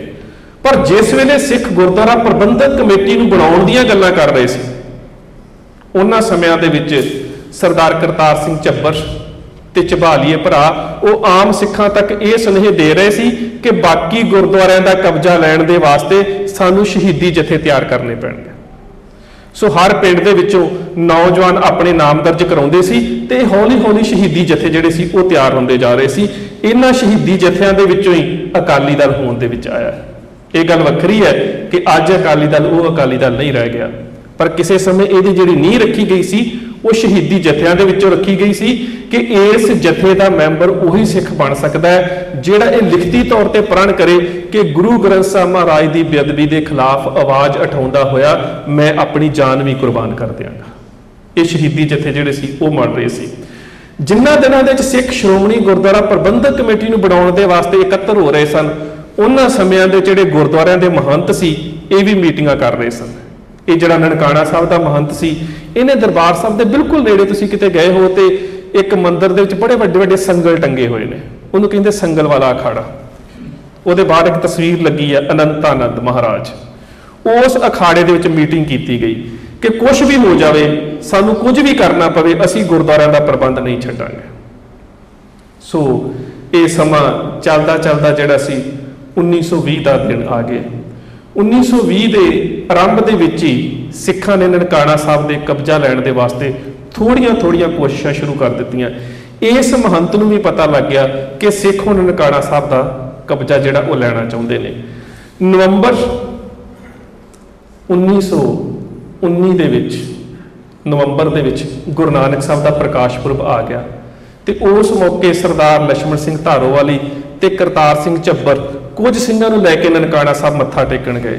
तो उस समय इस महंत की नीयत सी कि ये जिहड़े सिख लीडर मत्था टेकण आए ने इन्हां सारिआं नूं इत्थे कतल कर दिता जाए। पर एक CID का ऑफिसर उत्थे आया होया सी, उसने रोक दिता कि जेकर तुसीं गुरुद्वारे दे विच इस तरह 1-2 लीडरां का कतलेआम करोगे तो सारी सिख कौम भड़क सकती है, उहदे नाल तुहाडा नुकसान ज़्यादा होवेगा। हुण ख्याल करो कि उस वेले ब्रिटिश पुलिस नूं पता लग गया कि महंत सिखां दा कतल करना चाहुंदा है, उहदे ते कोई केस दर्ज नहीं होया, उहनूं कोई ताड़ना नहीं की गई। सगों उहनूं ये इशारा दे दिता गया कुछ सिख लीडरां दा कतल करेगा ते तेरे नाल जिहड़ा है नुकसान हो सकता है। मतलब कि जे सिख लीडरां दा कतल करना है तो सारिआं दा कर, कुछ दा ना कर। दूसरे पासे जिहड़े सिख सी वो भी मीटिंगां कर रहे सी कि असीं ननकाणा साहब का जिहड़ा प्रबंध है वो महंतां तो मुक्त कराउणा है। इन्हां मीटिंगां दी जिहड़ी खबर है वो सिखां नूं पहुंच रही सी ਤੇ ਸਿੱਖਾਂ ਨੇ ਇੱਕ ਦਿਨ ਡਿਸਾਈਡ ਕੀਤਾ। ਇੱਕ ਮੈਂ ਦੱਸ ਦਵਾਂ ਕਿ ਇੱਕ ਵਾਰੀ ਲਾਲਾ ਲਾਜਪਤ ਰਾਏ ਨੇ ਸਰਦਾਰ ਬੂਟਾ ਸਿੰਘ ਵਕੀਲ ਦੇ ਘਰ ਬੈਠ ਕੇ ਸਿੱਖਾਂ ਦਾ ਮਹੰਤ ਦੇ ਨਾਲ ਸਮਝੌਤਾ ਕਰਾਉਣ ਦੀ ਕੋਸ਼ਿਸ਼ ਵੀ ਕੀਤੀ। ਸਰਦਾਰ ਕਰਤਾਰ ਸਿੰਘ ਝੱਬਰੂ ਨਹੀਂ ਬੈਠੇ, ਉਦੋਂ ਮਹੰਤ ਦੇ ਆਦਮੀ ਬੈਠੇ, ਤੇ ਮਹੰਤ ਨੇ 3 ਸ਼ਰਤਾਂ ਰੱਖੀਆਂ। ਕਹਿੰਦਾ ਕਿ ਮੈਂ ਆਪਣੇ ਸਾਰੇ ਗੁਰਦੁਆਰੇ 'ਚ ਮਾੜੇ ਕੰਮ ਛੱਡ ਦਊਂਗਾ, ਤੁਸੀਂ ਮੇਰੀਆਂ 3 ਗੱਲਾਂ ਮੰਨ ਲਓ। ਇੱਕ ਤਾਂ ਪ੍ਰਬੰਧ ਮੇਰੇ ਕੋਲ ਰਹਿਣ ਦਿਓ, ਇੱਕ ਗੁਰਦੁਆਰੇ ਦੀ ਆਮਦਨ ਮੇਰੇ ਕੋਲ ਰਹਿਣ ਦਿਓ, ਤੇ ਤੀਜੀ ਜਿਹੜੀ ਤੁਸੀਂ ਕਮੇਟੀ ਬਣਾ ਰਹੇ ਹੋ ਮੈਨੂੰ ਉਹਦਾ ਮੈਂਬਰ ਲੈ ਲਓ। ਵੇਖੋ ਸਿੱਖ ਆਗੂਆਂ ਦਾ ਉਸ ਸਮੇਂ ਦਾ ਕਿਰਦਾਰ। ਉਹਨਾਂ ਨੇ ਕਿਹਾ ਸਾਨੂੰ ਪੈਸੇ ਦੀ ਕੋਈ ਚਿੰਤਾ ਨਹੀਂ, ਅਸੀਂ ਪੈਸਾ ਜਿਹੜਾ ਉਹ ਤੂੰ ਗੁਰਦੁਆਰੇ ਦਾ ਲੈ ਸਕਦਾ ਹੈ, ਸਾਨੂੰ ਉੱਥੋਂ ਦੇ ਪ੍ਰਬੰਧ ਦੀ ਵੀ ਕੋਈ ਗੱਲ ਨਹੀਂ, ਸ਼੍ਰੋਮਣੀ ਕਮੇਟੀ ਬਣ ਜਾਵੇਗੀ, ਬੇਸ਼ੱਕ ਤੂੰ ਉੱਥੇ ਰਹੀ, ਸਾਨੂੰ ਕੋਈ ਇਤਰਾਜ਼ ਨਹੀਂ, ਪਰ ਤੇਰੇ ਵਰਗੇ ਇਖਲਾਕਹੀਣ ਬੰਦੇ ਨੂੰ ਅਸੀਂ ਆਪਣੀ ਧਾਰਮਿਕ ਕਮੇਟੀ ਦਾ ਮੈਂਬਰ ਨਹੀਂ ਲੈ ਸਕਦੇ। ਇਹ ਉਸ ਸਮੇਂ ਸਿੱਖਾਂ ਦੀ ਰੌਸ਼ਨ ਦਿਮਾਗੀ ਹੈ, ਅੱਜ ਉਹ ਸਾਡੇ 'ਚ ਨਹੀਂ ਰਹਿ ਗਈ। ਅੱਜ ਸਿਰਫ ਪੈਸੇ ਦੇ ਨਾਲ ਬੰਦਾ ਮੈਂਬਰ ਬਣਦਾ ਹੈ, ਇਖਲਾਕ ਕਰਕੇ ਨਹੀਂ ਬਣਦਾ। ਸੋ ਇਹ ਜਿਹੜੀ ਗੱਲ ਚੱਲ ਰਹੀ ਸੀ ਇਹ ਵੀ ਟੁੱਟ ਗਈ। ਅਖੀਰ ਸਿੱਖਾਂ ਨੇ ਇੱਕ ਮੀਟਿੰਗ ਕੀਤੀ। ਉਸ ਮੀਟਿੰਗ ਦੇ ਵਿੱਚ ਇਹ ਫੈਸਲਾ ਕੀਤਾ ਗਿਆ ਕਿ 5 ਔਰ 6 ਮਾਰਚ 1920 ਨੂੰ ਸ੍ਰੀ ਨਨਕਾਣਾ ਸਾਹਿਬ ਦੇ ਉੱਪਰ 5000 ਸਿੰਘਾਂ ਦਾ ਜਿਹੜਾ ਜਥਾ ਹੈ ਉਹ ਜਾ ਕੇ ਗੁਰਦੁਆਰੇ ਦਾ ਕਬਜ਼ਾ ਲੈ ਲਵੇਗਾ। ਜਦੋਂ ਇਹ ਸਿੱਖ ਮੀਟਿੰਗ ਕਰ ਰਹੇ ਸੀ ਲਾਹੌਰ ਦੇ ਇੱਕ ਸਕੂਲ ਦੇ ਵਿੱਚ, ਤੇ ਇੱਕ ਵਿਦਿਆਰਥੀ ਜਿਹੜਾ ਸੀ ਉਹ ਸੁਣ ਰਿਹਾ ਸੀ। ਕਈ ਵਾਰੀ ਹੁੰਦਾ ਕਿ ਅਸੀਂ ਮੀਟਿੰਗ ਕਰ ਰਹੇ ਹੁੰਦੇ ਆ, ਕੋਈ ਬੱਚਾ ਲਾਗੇ ਹੁੰਦਾ, ਅਸੀਂ ਜ਼ਿਆਦਾ ਧਿਆਨ ਨਹੀਂ ਦਿੰਦੇ। ਉਸ ਵਿਦਿਆਰਥੀ ਨੇ ਜਾ ਕੇ ਆਪਣੇ ਪਿਤਾ ਨੂੰ ਦੱਸਿਆ ਕਿ ਅੱਜ ਮੈਂ ਉੱਥੇ ਗਿਆ ਸੀ ਤੇ ਸਿੱਖ ਮੀਟਿੰਗ ਕਰ ਰਹੇ ਸੀ ਕਿ ਅਸੀਂ 5-6 ਮਾਰਚ ਨੂੰ ਨਨਕਾਣਾ ਸਾਹਿਬ ਦਾ ਪ੍ਰਬੰਧ ਲੈ ਲੈਣਾ। ਉਸ ਬੱਚੇ ਦਾ ਪਿਤਾ ਜਿਹੜਾ ਹਰੀਦਾਸ ਸੀ, ਉਹ ਉਸ ਵੇਲੇ ਮਹੰਤ ਦਾ ਚੇਲਾ ਸੀ, ਉਹਨੇ ਮਹੰਤ ਨੂੰ ਜਾ ਕੇ ਦੱਸ ਦਿੱਤਾ। ਸੋ ਸਿੱਖਾਂ ਦੀ ਇਹ ਜਿਹੜੀ ਗੁਪਤ ਮੀਟਿੰਗ ਹੋ ਰਹੀ ਸੀ, ਕਹਿ ਸਕਦੇ ਆ ਕਬਜ਼ਾ ਲੈਣ ਦੀ, ਉਹਦੀ ਸਾਰੀ ਖਬਰ ਜਿਹੜੀ ਸੀ ਮਹੰਤ ਨੂੰ ਪਹੁੰਚ ਗਈ। ਮਹੰਤ ਨੇ ਕੀ ਕੀਤਾ, ਉਸ ਵੇਲੇ ਆਪਣੇ ਉਸ ਅਸਥਾਨ ਦੇ ਉੱਪਰ ਨਨਕਾਣਾ ਸਾਹਿਬ ਦੇ ਉੱਪਰ ਹਥਿਆਰ ਇਕੱਠੇ ਕਰਨੇ ਸ਼ੁਰੂ ਕਰ ਦਿੱਤੇ। ਤੇਲ ਦੀਆਂ ਕੈਨੀਆਂ, ਇੱਟਾਂ, ਰੋੜੇ। ਇਸ ਤੋਂ ਇਲਾਵਾ ਅੰਗਰੇਜ਼ਾਂ ਨੇ ਉਸ ਦਾ ਇੰਨਾ ਸਾਥ ਦਿੱਤਾ ਕਿ 15 ਦਸੰਬਰ 1920 ਦੇ ਵਿੱਚ ਇੱਕ ਮਿਸਟਰ ਕਿੰਗ ਜਿਹੜਾ ਉਸ ਵੇਲੇ ਲਾਹੌਰ ਦਾ ਡਿਪਟੀ ਕਮਿਸ਼ਨਰ ਸੀਗਾ, ਉਹਦੇ ਵੱਲੋਂ ਇੱਕ ਸਰਕੂਲਰ ਲੈਟਰ ਜਾਰੀ ਕੀਤੀ ਗਈ ਸਾਰੇ ਜਿੰਨੇ ਵੀ ਵੈਪਨ ਡੀਲਰ ਸੀ, ਅਸਲਾ ਡੀਲਰ ਸੀ, ਕਿ ਜਿਹੜਾ ਮਹੰਤ ਨਰਾਇਣ ਦਾਸ ਆ ਉਹ ਜਿੰਨੇ ਵੀ ਹਥਿਆਰ ਚਾਹੇ ਇਹਨੂੰ ਖਰੀਦਣ ਤੋਂ ਇਨਕਾਰ ਨਾ ਕੀਤਾ ਜਾਵੇ। ਸੋ ਇੰਨੇ ਜ਼ਿਆਦਾ ਹਥਿਆਰ ਖਰੀਦੇ ਗਏ ਕਿ ਗੁਰਦੁਆਰਾ ਨਨਕਾਣਾ ਸਾਹਿਬ ਦੇ ਵਿੱਚ ਜਿਹੜੀ ਸੁੱਖ ਆਸਣ ਵਾਲੇ ਕਮਰੇ ਦੀ ਅਲਮਾਰੀ ਸੀ, ਜਿੱਥੇ ਗੁਰੂ ਸਾਹਿਬ ਦੇ ਸਰੂਪਾਂ ਦਾ ਸੁੱਖ ਆਸਣ ਕੀਤਾ ਗਿਆ ਸੀ, ਉਹ ਸਰੂਪ ਤਾਂ ਕੱਢ ਦਿੱਤੇ ਗਏ, ਉਹ ਸਾਰੇ ਨੂੰ ਬੰਦੂਕਾਂ ਦੇ ਨਾਲ, ਪਿਸਤੌਲਾਂ ਦੇ ਨਾਲ, ਰਾਈਫਲਾਂ ਦੇ ਨਾਲ ਭਰ ਦਿੱਤਾ ਗਿਆ। ਹਰਮੰਦਰ ਸਾਹਿਬ ਜਿਹੜੇ ਵਿਚਕਾਰਲੀ ਇਮਾਰਤ ਸੀ ਨਨਕਾਣਾ ਸਾਹਿਬ ਦੀ, ਉਹਦੇ ਆਲੇ ਦੁਆਲੇ ਜਿੰਨੇ ਵੀ ਬਰਾਂਡੇ ਸੀ ਉਹਨਾਂ ਸਾਰਿਆਂ ਦੀ ਕਿਲ੍ਹੇਬੰਦੀ ਕੀਤੀ ਗਈ। ਜਿੰਨੇ ਵੀ ਦਰਵਾਜ਼ੇ ਸੀ ਉਹਨਾਂ ਦੇ ਵਿੱਚ ਛੋਟੇ ਛੋਟੇ ਛੇਕ ਜਿਹੜੇ ਸੀ, ਉਹ ਇੱਕ ਵੇਲੇ ਇੱਕ ਮਿਸਤਰੀ, ਉਹਦਾ ਨਾਮ ਆਤਮਾ ਸਿੰਘ ਸੀ, ਉਹਨੂੰ ਕੱਢ ਕੇ ਉਹ ਛੇਕ ਕਰਕੇ ਗੋਲੀਆਂ ਚਲਾਉਣ ਦੇ ਵਾਸਤੇ ਸੁਰਾਖ ਬਣਾਏ ਗਏ। ਤੇ ਉਹਦੇ ਵਿੱਚ ਪਲੈਨਿੰਗ ਇਹ ਬਣਾਈ ਗਈ ਕਿ ਉਸ ਇਲਾਕੇ ਦੇ ਜਿੰਨੇ ਵੀ 10 ਨੰਬਰੀ ਬਦਮਾਸ਼ ਸੀ ਉਹਨਾਂ ਸਾਰਿਆਂ ਨੂੰ ਮਹੰਤ ਨੇ ਬੁਲਾਇਆ, ਔਰ 1.5 ਲੱਖ ਰੁਪਏ ਦੇ ਵਿੱਚ, ਜਿਨ੍ਹਾਂ ਦੇ ਵਿੱਚ ਰਾਂਝਾ, ਰਿਹਾਣਾ, ਅਸਲਮ, ਵਿਸਾਖਾ, ਕੁੰਦੀ, ਇਹ ਉਸ ਵੇਲੇ ਦੇ ਮਹਾਨ ਜਿਹੜੇ ਸੀਗੇ ਬਦਮਾਸ਼ ਸੀ, ਜਿਹੜੇ ਉਸ ਸਮੇਂ ਦੇ ਇੱਕ ਡਾਕੂ ਇਸਮਾਇਲ ਦੇ ਥੱਲੇ ਕੰਮ ਕਰਦੇ ਸੀ, ਔਰ ਇਹ ਸਾਰੇ 10 ਨੰਬਰੀ ਬਦਮਾਸ਼ ਸੀ। ਇਹਨਾਂ ਦੇ ਨਾਲ ਤਰਕੀਬ ਇਹ ਬਣਾਈ ਗਈ ਕਿ ਇਹਨਾਂ ਸਾਰਿਆਂ ਨੂੰ ਜਿਸ ਦਿਨ ਸਿੱਖ ਲੀਡਰ ਉੱਥੇ ਆਉਣਗੇ, ਇਹਨਾਂ ਸਾਰਿਆਂ ਨੂੰ ਥਾਣਿਆਂ ਵਿੱਚ ਬੁਲਾ ਲਿਆ ਜਾਏਗਾ ਤੇ ਇਹਨਾਂ ਦੀ ਥਾਣਿਆਂ 'ਚ ਹਾਜ਼ਰੀ ਲਵਾ ਕੇ ਇਹਨਾਂ ਨੂੰ ਛੱਡ ਦਿੱਤਾ ਜਾਵੇਗਾ। ਸਾਰੀ ਜਿੰਨੀ ਵੀ ਸਿੱਖ ਲੀਡਰਸ਼ਿਪ ਉੱਥੇ ਇਕੱਠੀ ਹੋਵੇਗੀ ਉਹਨੂੰ ਸਾਰੀ ਨੂੰ ਕਤਲ ਕਰ ਦਿੱਤਾ ਜਾਵੇਗਾ। ਹੁਣ ਖਿਆਲ ਕਰੋ, ਜੇਕਰ ਉਸ ਸਮੇਂ ਦੀ ਸਿੱਖ ਲੀਡਰਸ਼ਿਪ ਸਰਦਾਰ ਤੇਜਾ ਸਿੰਘ ਸਮੁੰਦਰੀ, ਅਮਰ ਸਿੰਘ ਝਬਾਲ, ਸਰਦਾਰ ਦਲੀਪ ਸਿੰਘ, ਸਰਦਾਰ ਵਰਿਆਮ ਸਿੰਘ, ਲਛਮਣ ਸਿੰਘ ਧਾਰੋਵਾਲੀ, ਕਰਤਾਰ ਸਿੰਘ ਝੱਬਰ, ਸਰਦਾਰ ਚੰਦਾ ਸਿੰਘ, ਜੇਕਰ ਇਹ ਸਾਰੀ ਲੀਡਰਸ਼ਿਪ ਇੱਕ ਦਿਨ 'ਚ ਕਤਲ ਕਰ ਦਿੱਤੀ ਜਾਂਦੀ ਤਾਂ ਸਿੱਖਾਂ ਦੇ ਹਾਲਾਤ ਕੀ ਹੁੰਦੇ। ਬੜੀ ਵੱਡੀ ਪਲੈਨਿੰਗ ਬਣਾਈ ਗਈ ਕਿ ਇਹ ਜਿਹੜੇ ਬਦਮਾਸ਼ ਨੇ ਇਹ ਸਿੱਖ ਲੀਡਰਾਂ ਦਾ ਕਤਲ ਕਰਕੇ ਭੱਜ ਜਾਣਗੇ ਤੇ ਮਹੰਤ ਦੇ ਗੁੰਡੇ ਇਹਨਾਂ ਦਾ ਪਿੱਛਾ ਕਰਨਗੇ। ਜਦੋਂ ਪਿੱਛਾ ਕਰਨਗੇ ਤੇ ਭੱਜ ਜਾਣਗੇ ਤੇ ਇਹਨਾਂ ਦੇ ਉੱਪਰ ਪੁਲਿਸ ਵੱਲੋਂ ਪਰਚੇ ਦਰਜ ਕੀਤੇ ਜਾਣਗੇ, ਜਿਹੜੇ ਬਦਮਾਸ਼ਾਂ ਦੇ ਮੈਂ ਨਾਂ ਲਏ ਨੇ। ਪਰ ਜਦੋਂ ਅਦਾਲਤ ਦੇ ਵਿੱਚ ਕੇਸ ਜਾਵੇਗਾ ਤੇ ਇਹ ਬਦਮਾਸ਼ ਆਪਣਾ ਪੱਖ ਪੇਸ਼ ਕਰਨਗੇ, ਜੀ ਅਸੀਂ ਤਾਂ ਉਸ ਵੇਲੇ ਥਾਣੇ 'ਚ ਹਾਜ਼ਰ ਸੀ, ਅਸੀਂ ਤਾਂ ਉੱਥੇ ਗਏ ਨਹੀਂ, ਸਾਡੀ ਤਾਂ ਥਾਣੇ 'ਚ ਹਾਜ਼ਰੀ ਲੱਗੀ ਹੈ। सो ये बहुत वड्डी प्लैनिंग तैयार की गई सिख लीडरां नूं खत्म करने दे वास्ते। पर कुदरती इस सारी प्लैनिंग का पता सरदार वरियाम सिंह नूं लग गया। सरदार वरियाम सिंह उस वेले सरदार उत्तम सिंह का कारखाना सी ननकाना साहब के नेड़े, उत्थे काम करया करदे सी, उन्हां दे अकाउंटेंट सी। उन्होंने जाके सरदार उत्तम सिंह नूं दस्सिया। सरदार उत्तम सिंह के संबंध जिहड़े सी करतार सिंह झब्बर होना दे नाल सी। उन्होंने लिखती तौर पर उन्होंने सुनेहा भेजिया कि 5-6 मार्च नूं जिहड़ी सिख लीडरशिप ने ननकाना साहब जाना है, उस सारी लीडरशिप नूं कतल कर दिता जाएगा। ते ख्याल करियो, अपनी लीडरशिप नूं बचाउण दे वास्ते सिखां दी कुर्बानी, उस वेले 4 सिखां ने यह फैसला लिया। सरदार लक्ष्मण सिंह धारोवाली, सरदार करतार सिंह झब्बर, सरदार वरियाम सिंह ते सरदार टहल सिंह। इन्हां 4 सिखां ने यह फैसला लिया कि 20 फरवरी नूं 1920 नूं लाहौर दे विच एक सर्ब धर्म सनातन कानफ्रेंस होनी है। यह सिखां दे खिलाफ हो रही सी। इहदे विच नामधारियों के वलों भी कुछ लोग पहुंचे, कुछ निहक संप्रदावां के लोग भी आए, सुथरे शाही भी आए, निर्मले भी आए, तो उदासी भी आना सी। उन्होंने सोचा कि ये जी सनातन सिख कानफ्रेंस हो रही है, ये हिस्सा लैण के वास्ते 20 फरवरी को महंत नारायण दास जा रहा है, तो असी मार्च तो पहला फरवरी वाले दिन जोड़ा है वो गुरुद्वारा साहब से कब्जा कर लीए। जेकर असी कब्जा ना किया, 5 मार्च में कुछ किया, तो साड़ी सारी सिख लीडरशिप है उन्होंने कतल कर दिता जाएगा। इन्होंने ये फैसला किया। ये फैसला करने तो बाद एक कोड वर्ड तैयार किया गया। उन्होंने समय कोई मोबाइल नहीं सी, कोई होर साधन नहीं सी, कोई टैलीफोन नहीं सी, केवल टैलीग्राम चलिया करती सी। और टैलीग्राम के उपर भी जिहड़े अखर लिखे जाते सी, वो अखरां दे हिसाब दे नाल मुल देना पैंदा सी। एक कोड वर्ड बनाया गया कि ना गोरियां नूं पता लगे ते ना महंत दे बंदियां नूं पता लगे।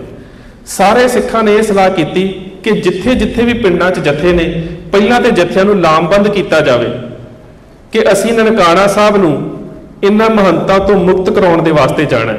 पहली गल। दूसरी गल, कोई भी सिख हथियारबंद होकर नहीं आवेगा। असीं शांतमई तौर पर जावांगे।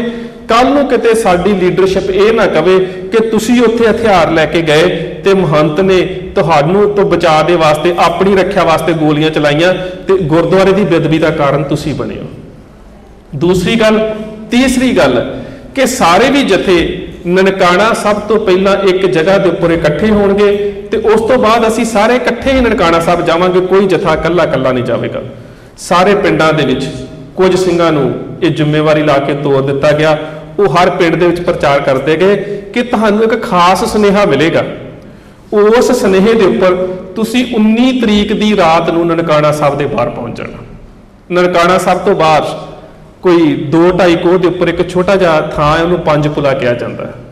वो 5 पुले का स्थान मिथ लिया गया तो सिखां नूं सुनेहे दे दिते गए कि जे तुहाडे पिंड दे विच एक टैलीग्राम आवे, उस ते तरीक नहीं लिखी होगी, पर टैलीग्राम की वर्डिंग की होगी। तुसीं वेखो उस समय सिखां की नीति, टैलीग्राम की वर्डिंग सिखां नूं समझाई गई कि जे उहदे उपर लिखिया होवे कंबल मिल गए हैं तो तुसीं 19 तरीक रात नूं तुर पैना।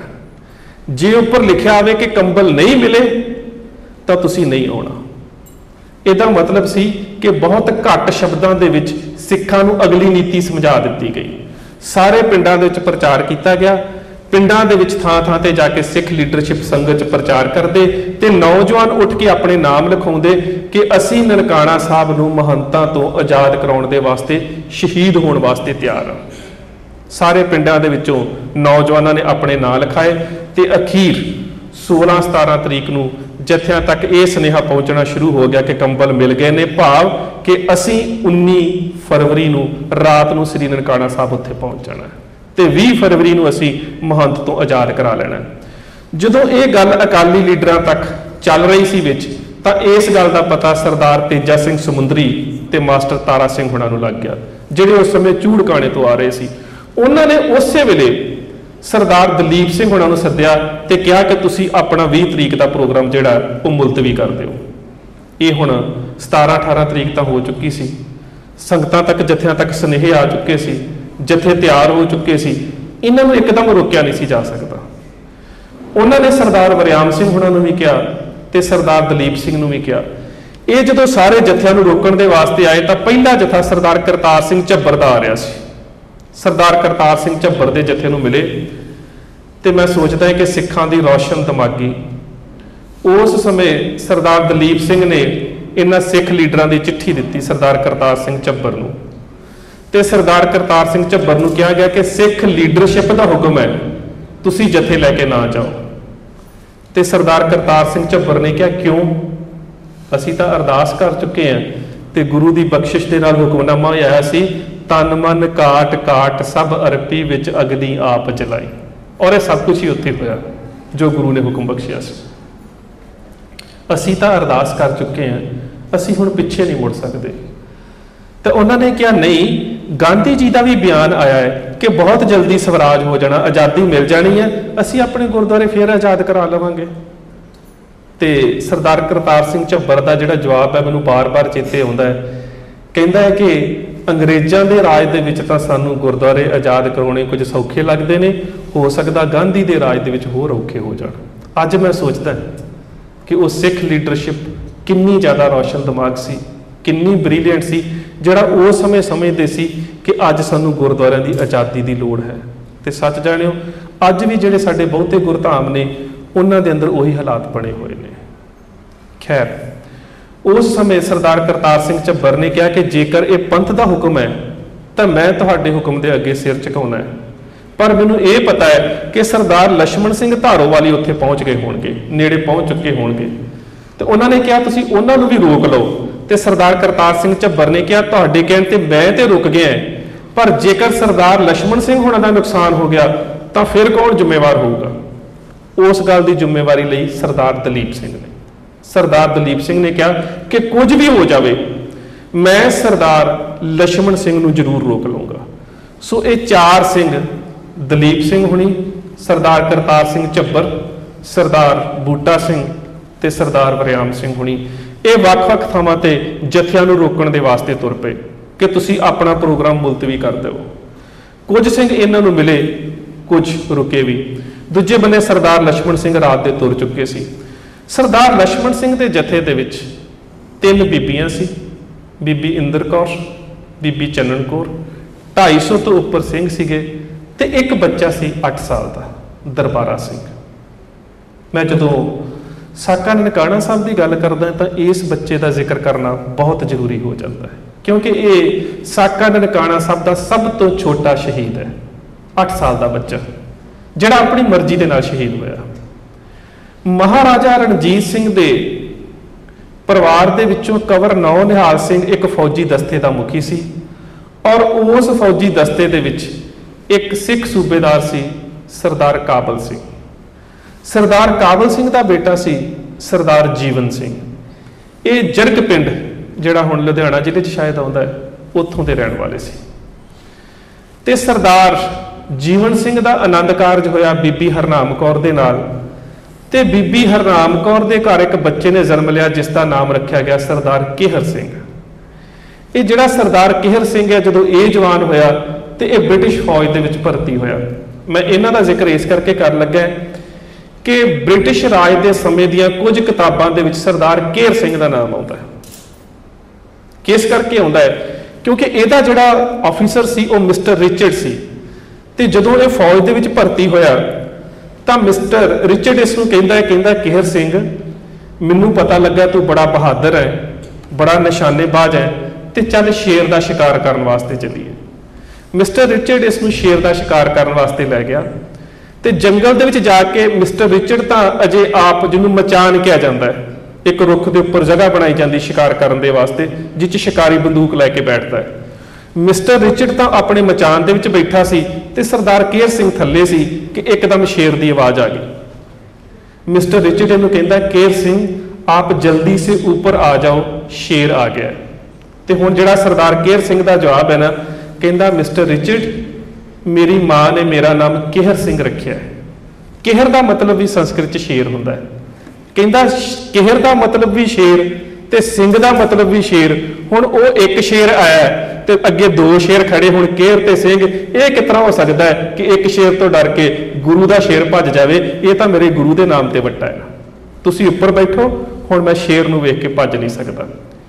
ये तस्वीर जिहड़ी है उस समय दी अंग्रेजी अखबारां 'च भी छपी सी कि सरदार केहर सिंह ने शेर का मुकाबला किया बिना बंदूक तो, बरछे दे नाल ही शेर नूं मार के, ते उस तो बाद उसने अपने ऑफिसर नूं हेठां उतारिया जिहड़ा बंदूक लैके भी शेर तो डरदा उपर बैठा सी, मिस्टर रिचर्ड। ते मिस्टर रिचर्ड ने उस केहर सिंह दे बारे अखबार दे च लिखिया सी कि मैं इन्ना सिख बहादुर वेख्या, मैं सुनिया तां सी कि गुरु हरगोबिंद साहब ने शेर का शिकार किया है, गुरु गोबिंद सिंह महाराज ने 3 वारी किया है, सरदार हरी सिंह नलूए ने बिना हथियारों तो किया है, पर मैं कहता अज वेख लिया है कि सचमुच गुरु दे सिख इन्ने बहादुर ने। मैं बंदूक लैके भी उपर बैठा सी ते इस जमीन के उपर बरछे दे नाल शेर का शिकार कर रहा सी। सरदार केहर सिंह का जो विआह होया उदों तक ये हौलदार बन चुके सी क्योंकि एथलीट भी सी, ते बड़े समय च इन्हां दे घर औलाद ना होई। अक्सर जदों घर च औलाद नहीं हुंदी तां मनुख अपनी धार्मिक आस्था दे अगे झुकदा है। हर गुरु दरबार दे विच जांदे सी ते यही अरदास करदे सी कि परमात्मा मैनूं बच्चे की दात बख्श। सो जदों काफ़ी समय बाद इन्हां दे घर एक बच्चे ने जन्म लिया तो गुर दरबार चों मिलिया होण करके नाम ही रख दिता दरबारा सिंह। पर कुदरत के बच्चे ने जन्म लिया तो घर वाली की मौत हो गई, बच्चा अनाथ। सरदार केहर सिंह अपनी नौकरी छड्ड के पिंड आ गए ते उस बच्चे नूं सरदार केहर सिंह ते इन्हां दी माता हरनाम कौर ने पालिया, यानी कि दादी ने और पिता ने। ते बच्चा अक्सर दादी दे कोल रहिंदा ते जिहड़ी दादी हरनाम कौर है, क्योंकि उहदा जिहड़ा सहुरा सी महाराजा रणजीत सिंह दा बहुत नेड़ू रहा सी, तां ओह बच्चे नूं हमेशा साहिबजादियां दीयां सिखां दीयां कहानियां सुणाउंदी सी। जदों उहने कई वारी साहिबजादियां दी शहीदी दे बारे कहानी सुणाउणी ना ते बच्चे ने सवाल करना, मां शहीद कौन हुंदे ने? ते मां ने जवाब देना दादी ने कि बेटा जिहड़े अपनी कौम दे पिछे अपनी जान दे दिंदे ने वो शहीद हुंदे ने। ते 4 साल के बच्चे ने कहना, दादी मां फिर तो मैं भी शहीद होना। जेकर असीं इन्हां गल्लां नूं भावुकता के तौर पर करिए तो इंज लगदा बनाईयां गईयां गल्लां ने, पर यह बहुत किताबां 'च इस वार्तालाप का जिक्र मिलता सानूं इतिहास दे विच। इत्थों तक कि श्रोमणी गुरुद्वारा प्रबंधक कमेटी वालों छपाया गया एक पैफलेट है भरोसे का भांबड़ भाई दरबारा सिंह, उहदे 'च इसका जिक्र मिलता है। सो ये बच्चा अक्सर क्या करता सी, दादी मां मैं भी शहीद होना। तो हुण असीं सारे परिवारां वाले हैं, बच्चा इवें दी गल करे तो असीं जां उसनूं रोकदे हैं ते जां साडे मन दे विच एक भै जिहा कि डर जिहा हुंदा कि साडा बच्चा मरन की गल क्यों करदा है। पर यह दादी मां बड़ी दलेर सी, हमेशा इसनूं समझाउंदी सी कि बेटा असीं गुरमत के मार्ग के उपर चलना है। खैर इस पिंड दे विच भी सुनेहा पहुंच गया कि ननकाना साहब के वास्ते जिहड़े शहीदी जथे ने वो तैयार हो रहे हैं और जथिया ने जाना है। सारियां दे विच सरदार केहर सिंह ने भी अपना नाम लिखा लिया। जदों जथा तुरन लगा सरदार केहर सिंह ने अपनी मां के पैरीं हथ लाया ते कहंदा, माता तू सानू सिੱਖੀ की गुड़ती दिती सी, तू सानू सिੱਖੀ जीवन के बारे दसिया सी। महंता ने गुरु घर की मर्यादा नूं अपने कुकर्मां दे नाल कलंकित कर दिता है। ते ऐ मां मैनू आशीर्वाद दे कि असीं ਜਿਹੜੇ महंतां दे कुकर्मां दे दाग ने अपने खून दे नाल ननकाना साहब दे विचों धोईए जिथे साडे गुरु नानक साहब दा प्रकाश होया सी। मां ने आशीर्वाद दिती। जदों पुੱਤ तुर लगा ते पोतरा कहंदा मैं भी जाना। पिंड दे लोकां ने भी रोकिया कि तू 8 साल का बच्चा है, तू ना जा। जिद कर बैठा, कहंदा मैं कुछ खा के मर जाऊंगा, मैं अपने आप नूं कुछ कर लूंगा, पर मैं जथे च शहीद होण जरूर जाना। बड़ी अजीब गल सी। अखीर ਉਹਦੇ पिता ने एक गल कही, बेटा इत्थों 12 कोह ਦਾ रस्ता है जिथे असीं जाके पंचपुले ते सरदार लक्ष्मण सिंह हुणां नूं मिलना है, ते तू बहुत छोटा है। कहंदा, पिता जी मेरी एक गल मनो, मैं तुहानूं ये नहीं कहूँगा कि मैनूं चुक लो, मैं तुर के जाऊँगा, मैं कभी भी शहीद होण लगा डरूंगा नहीं। पिता जी जे मैनूं गोली वजी मैं तां भी रोऊंगा नहीं, पर मैनूं शहीद जरूर होण दिओ। जदों इन्नियां गल्लां कीतियां ते पिता ने ਉਂਗਲੀ ला के नाल तुर लिया। इतिहास गवाह इस चीज़ का। 12.5 कोह का सफ़र रात किया गया, बच्चा सारे जथे के नाल तुर लिया गया। तो जो पंचपुले के स्थान के उपर पहुंचे तो जिहड़ियां 2 बीबियां सी, बीबी इंदर कौर और बीबी चन्नन कौर, उन्होंने वापस मोड़ दिता जथे ने। हुण कुदरती जो बीबियां नूं मोड़िया गया तो जथे दे ते गल चली कि बच्चे नूं भी वापस मोड़ लिया जाए। जो बच्चे नूं वापस मोड़न की गल हुई तो बच्चा अपने पिते दी लत्तां नूं चंबड़ गया, कहंदा नहीं मैं तो अपने बापू के नाल शहीद होना। इन्ना ज़्यादा दृढ़ निष्ठा कि अखीर कौम के जिहड़े उस वेले दे जथेदार सी उन्होंने कहा चलो ठीक है, जरूरी नहीं है शहीदियां होण, हो सकता सी वैसे कब्जा लै लीए, चलो बच्चे नूं नाल आ जाण दिओ। उस समय सरदार टहल सिंह ने अपनी जेब चों 12 रुपये कढ़ के बीबी इंदर कौर नूं दित्ते कि साडी शहीदी तो बाद साडी अंतिम अरदास कर दिओ। सरदार केहर सिंह ने अपनी जेब चों 18 रुपये कढ़ के दित्ते। एक सिंह ने अपना गड़वा दिता कि शहीदी तो बाद साडी आ निशानी साडे घर पहुंचा दिओ। इन्हां दोहां बीबियां नूं गुरुद्वारा तंबू साहब वाल तोर दिता। ये 19 फरवरी रात की गल है। ये जत्था जिहड़ा सी ननकाणा साहब तो कोई 2.5 को पिछे पहुंच गया। जिहड़ा महंत है वो बिल्कुल गड्डी दे विच बैठा सी उस वेले, क्योंकि उन्हें मैं जिस तरह पहला दस्सिया कानफ्रेंस दे विच जाना सी इस रात। पर इस जत्थे दी सूह एक सुनियारा बरादरी दे विचों जिउणी नां दी बीबी नूं लग गई ते उन्हें जाके स्टेशन ते महंत नारायण दास नूं कहा, कहंदी तूं तां बाहर जा रहा पर तेरे गुरुद्वारे ते कब्जा करने दे वास्ते अकालियां दा जत्था आ गया। नारायण दास उस वेले गड्डी चों उतरिया ते अपने फिर बदमाशां नूं सद के इन्हें रात रात पूरी मोर्चाबंदी जिहड़ी सी ओह कर लई। रात का समा, रात नूं सरदार टहल सिंह ते सरदार लक्ष्मण सिंह पंजपुले के स्थान पर पहुँच गए। उत्थे बैठ के सिमरन किया ते यह अरदास की कि असी सवेरे 4 बजे श्री ननकाणा साहब जाके अमृत वेले का जिहड़ा नितनेम है उत्थे पहुँच के करांगे। उस समय सरदार दलीप सिंह इन्हां नूं लभ रहे सी कि मैं किसी तरह इस जत्थे नूं रोकना, क्योंकि उन्होंने सरदार झब्बर हुणां दे सामने ये जिम्मेवारी लई सी कि उस जत्थे नूं मैं रोकूंगा, पर उन्होंने नूं जत्था ना लभा ते अखीर वो थोड़े उदास जे होके मायूस होके सरदार उत्तम सिंह के कारखाने च चले गए। सरदार उत्तम सिंह के कारखाने में सरदार वरियाम सिंह बैठे सी ते उन्होंने वरियाम सिंह नूं कहा, वरियाम सिंह मैं तो सारी रात सरदार लक्ष्मण सिंह ते टहल सिंह के जत्थे नूं लभदा रहा पर मैनूं जत्था किते नज़र नहीं आया। इस करके तू हुण थोड़ी कोशिश कर, जे तैनूं जत्थे वाले सिंह लभ जाण ते तू उन्हां नूं रोकण की कोशिश करके वो अज ना आ जाण। सरदार वरियाम सिंह उत्थों आ गए, कोशिश की लभण दी ते वो जत्थे नूं आ मिले। उन्होंने आके कहा कि आ वेखो चिट्ठी है तुहाडे वल 6 अकाली लीडरां दी कि तुसीं अज ननकाणा साहब नहीं जाना, तुसीं अज दा प्रोग्राम जिहड़ा है वो अपना मुलतवी कर दिओ। जदों सरदार लक्ष्मण सिंह ने ते टहल सिंह ने चिट्ठी पढ़ी, उन्होंने कहा पंथ का हुक्म तो साडे सिर मत्थे है पर असीं अरदास कर चुके हैं, हुण कुछ भी हो जाए हुण तो असीं अरदास कर चुके, असीं वापस नहीं जा चुके। बड़ा रोकिया गया पर इस सिंघां ने कहा कि नहीं, गुरु के अगे अरदास की जा चुकी है। वेख्या तो असीं हुण दे समय च भी है, कई लोग अरदासां कर दिंदे ने विचे छड्ड दिंदे ने, आ तुसीं पिछे जे भी वेख्या ही। पर इत्थे कौम के लीडरां दी अरदास है, सरदार लक्ष्मण सिंह की अरदास है, सरदार टहल सिंह की अरदास है। उन्होंने क्या नहीं अरदास की है तो हुक्म आया, तन मन काट काट सब अरपी विच अग्नि आप जलाई, हुण कुछ भी हो जाए हुण अरदास तो पिछे नहीं होया जा सकता। सरदार वरियाम सिंह निराश होके दोबारा वापस चले गए। सिंह जिहड़े सी सवेरे गुरुद्वारे वाल नूं तुर पे।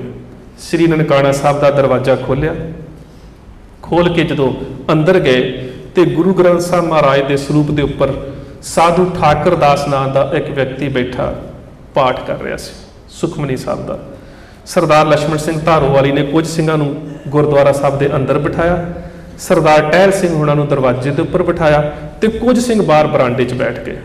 सरदार लक्ष्मण सिंह ने बड़े प्यार के नाल, सत्कार के नाल, अदब के नाल वो सुखमनी साहब का पाठ कर रहे साधु ठाकर दास नूं उठाया तो आप बैठ के उस वेले उन्होंने उत्थे आसा दी वार का कीर्तन शुरू कर दिता। अजे कीर्तन शुरू होए नूं कुछ ही समा होया सी कि आसे पासे के बरांडियां तो गोली चलनी शुरू हो गई। इन्नी गोली चली कि जिहड़े बरांडे च सिख बैठे सी उन्हां चों काफ़ी सिख जिहड़े सी उन्हां दे गोलियां लग गईयां। सारा बरांडा जिहड़ा सी वो खून दे नाल भर गया। उस वेले दीयां तस्वीरां कुछ किताबां च मिलदियां ने कि जिथे पैर धो के असीं अंदर लंघदे हां गुरुद्वारे दे विच, वो जिहड़ा छोटा जिहा पानी वाला चबच्चा बनिया हुंदा है वो खून वग वग के सारा सिखां दे खून नाल भर चुका सी। सरदार लक्ष्मण सिंह हुणां ने अंदर दा दरवाजा बंद कर लिया पर कीर्तन च विघन नहीं पैण दिता। बाहरों कुछ सिखां ने कहा भी कि असीं जे कहो तो इन्हां महंत ते गुंडियां दे हथियार खो के मुकाबला कर सकते हैं, तो सरदार टहल सिंह हुणां ने सुनेहा भेजा नहीं, अरदास कीती सी कि शांतमई शहीदी देनी है, अरदास तो विघन नहीं पवेगा। जे असीं अरदास कीती हुंदी कि कब्जा लैना है ते संघर्ष करना है ते हथियार चुकने ने, जरूर हथियार चुकदे। हुण गुरु तो झूठे किवें हो जाइए? गुरु दे अगे अरदास करके तुरे सी कि असीं शांतमई रहना है, असीं हथियार नहीं चुकने ते महंत दे गुरधाम च कीते कलंक दे दागां नूं अपने खून दे नाल धोना है। इस करके हुण प्यार दे नाल शहीदियां दिओ। हुण ख्याल करियो, इट्टां पत्थरां गोलियां बरछियां गंडासियां किरपानां दे नाल सिखां नूं वड्ढिया जा रहा सी। बाहर बरांडे दे विच अंदरला जिहड़ा दरबार सी उहदे दरवाजे इन्हां ने सुरक्षा वजों बंद कीते कि गुरु ग्रंथ साहिब महाराज दे सरूप दा नुकसान ना होवे। पर जिहड़े दरवाजे सी उन्हां च उन्हां ने पहिलां ही छेक कड्ढे होए सी। सो गोलियां उन्हां छेकां दे विचों दी चलणियां शुरू हो गईयां। ताबिया दे विच बैठे सरदार लक्ष्मण सिंह हुणां दे गोली लगी।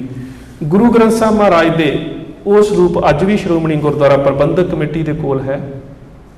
ਮੈਂ ਪਿੱਛੇ ਜੇ ਸੁਣਿਆ, ਮੈਂ ਇਹਨੂੰ ਦਾਅਵੇ ਨਾਲ ਨਹੀਂ ਕਹਿ ਸਕਦਾ ਕਿ ਉਸ ਸਰੂਪ ਦੀ ਦੁਬਾਰਾ ਜਿਹੜੀ ਉਹ ਰਿਪੇਅਰ ਦਾ ਕੰਮ ਚੱਲ ਰਿਹਾ, ਪਰ ਮੈਂ ਤੇ ਸੋਚਦਾ ਇਸ ਤਰ੍ਹਾਂ ਹੀ ਸੰਭਾਲ ਕੇ ਰੱਖਣਾ ਚਾਹੀਦਾ ਸਾਨੂੰ, ਕਿਉਂਕਿ ਉਹਦੇ ਉੱਪਰ 450 ਤੋਂ ਲੈ ਕੇ 612 ਅੰਗ ਜਿਹੜੇ ਨੇ ਉਹਨਾਂ 'ਚ ਗੋਲੀਆਂ ਲੱਗੀਆਂ ਹੋਈਆਂ ਨੇ। ਤੇ ਸਰਦਾਰ ਲక్ష్మణ ਸਿੰਘ ਧਾਰੋਵਾਲੀ ਜਦੋਂ ਗੋਲੀਆਂ ਲੱਗਣ ਤੋਂ ਬਾਅਦ ਸ਼ਹੀਦ ਹੋਏ ਤੇ ਉਹਨਾਂ ਦੇ ਉਸ ਤਰ੍ਹਾਂ ਖੂਨ ਵਾਲੇ ਹੱਥ ਲੱਗੇ ਹੋਏ ਨੇ।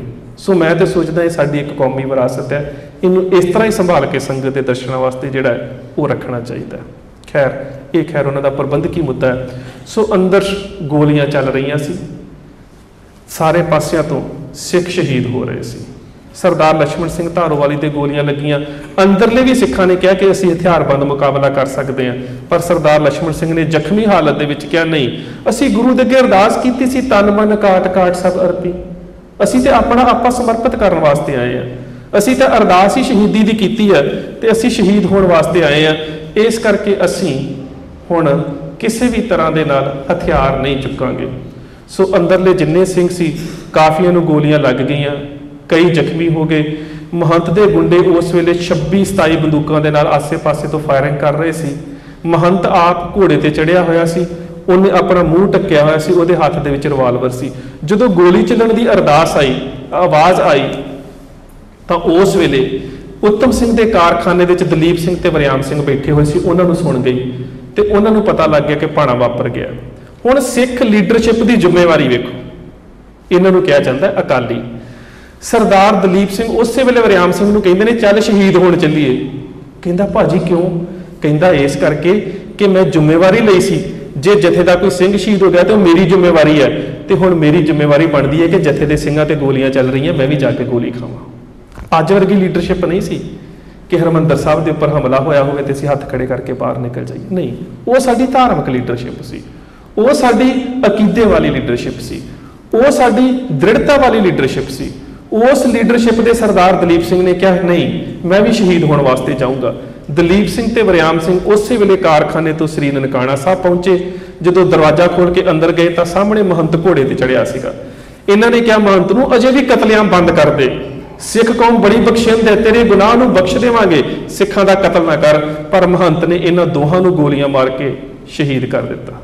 ਇਹ ਵੀ ਦੋਵੇਂ ਸਿੱਖ ਜਿਹੜੇ ਸੀ ਸ਼ਹੀਦ ਹੋ ਗਏ। ਇਹ ਉਸ ਸਮੇਂ ਦੀ ਸਿੱਖ ਲੀਡਰਸ਼ਿਪ ਹੈ ਜਿਨਨੇ ਆਪਣੀ ਜ਼ਿੰਮੇਵਾਰੀ ਨੂੰ ਸਮਝਿਆ ਕਿ ਅਸੀਂ ਪ੍ਰਣ ਕੀਤਾ ਸੀਗਾ ਕਿ ਜੇਕਰ ਜਥੇ ਦਾ ਨੁਕਸਾਨ ਹੋਇਆ ਤਾਂ ਜ਼ਿੰਮੇਵਾਰੀ ਸਾਡੀ ਹੋਵੇਗੀ। ਹੁਣ ਜਥੇ ਦੇ ਸਿੰਘ ਸ਼ਹੀਦ ਹੋਏ ਨੇ, ਸਾਡਾ ਵੀ ਫਰਜ਼ ਬਣਦਾ ਅਸੀਂ ਸ਼ਹੀਦ ਹੋਈਏ।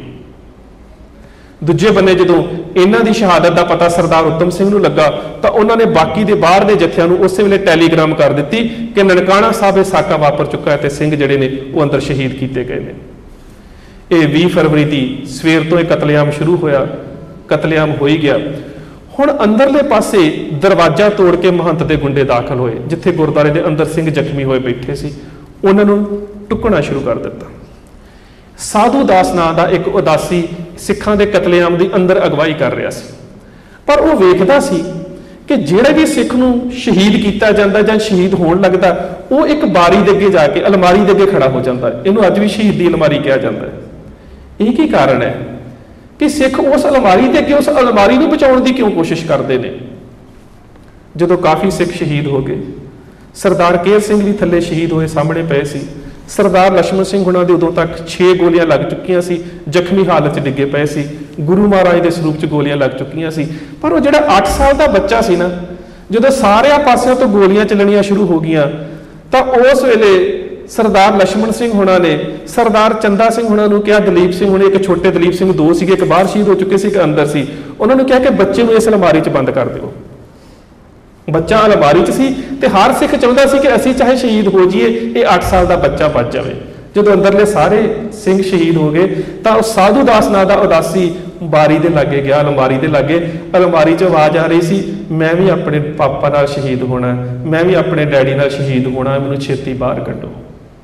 ਮੈਂ ਵੀ ਆਪਣੇ ਬਾਪ ਦੇ ਨਾਲ ਸ਼ਹੀਦ ਹੋਣਾ, ਮੈਨੂੰ ਛੇਤੀ ਬਾਹਰ ਕੱਢੋ। ਇਹ ਆਵਾਜ਼ ਆ ਰਹੀ ਸੀ। ਅਲਮਾਰੀ ਨੂੰ ਖੋਲ੍ਹਿਆ ਗਿਆ।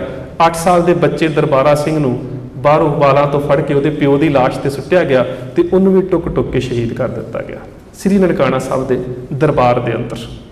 ਉਸ ਤੋਂ ਬਾਅਦ ਸਬੂਤਾਂ ਨੂੰ ਮਿਟਾਉਣ ਦੇ ਵਾਸਤੇ ਇਹਨਾਂ ਸਾਰੀਆਂ ਲਾਸ਼ਾਂ ਨੂੰ ਧੂ ਕੇ, ਕੁਝ ਸਿੰਘ ਜ਼ਖਮੀ ਵੀ ਸਨ, ਇਹਨਾਂ ਦੇ 4 ਢੇਰ ਲਗਾਏ ਗਏ ਤੇ ਇਹਨਾਂ ਦੇ ਉੱਪਰ ਮਿੱਟੀ ਦਾ ਤੇਲ ਪਾ ਕੇ ਅੱਗ ਲਾ ਦਿੱਤੀ।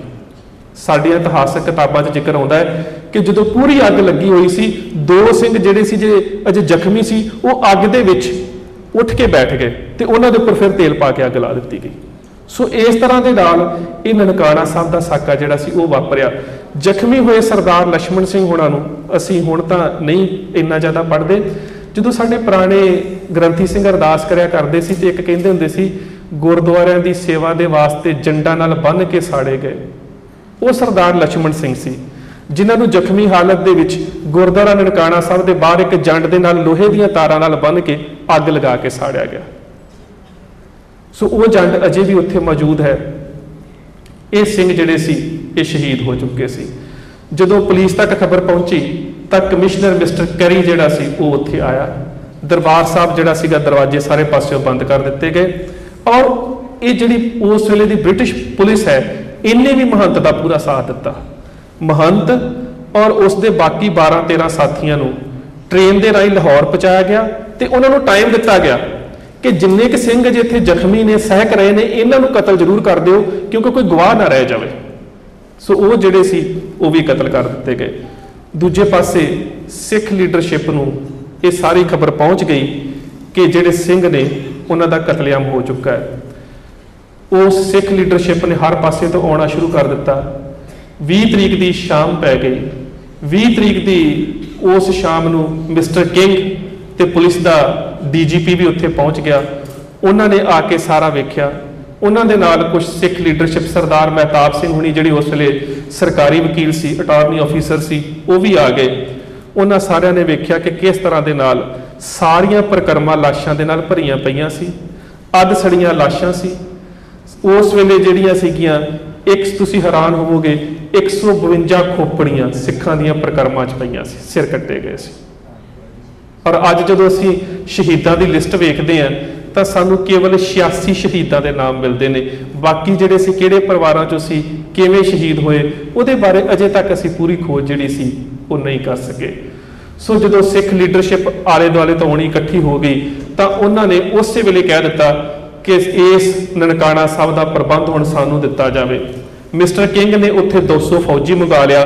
ਆਲੇ ਦੁਆਲੇ ਫੌਜ ਨੇ ਮਸ਼ੀਨ ਗੰਨਾਂ ਜਿਹੜੀਆਂ ਸੀ ਉਹ ਫਿੱਟ ਕਰਤੀਆਂ ਤੇ ਉਹਨਾਂ ਕਿਹਾ ਅਸੀਂ ਹੁਣ ਪ੍ਰਬੰਧ ਨਹੀਂ ਦੇਵਾਂਗੇ, ਅਸੀਂ ਪ੍ਰਬੰਧ ਨਹੀਂ ਦੇਵਾਂਗੇ।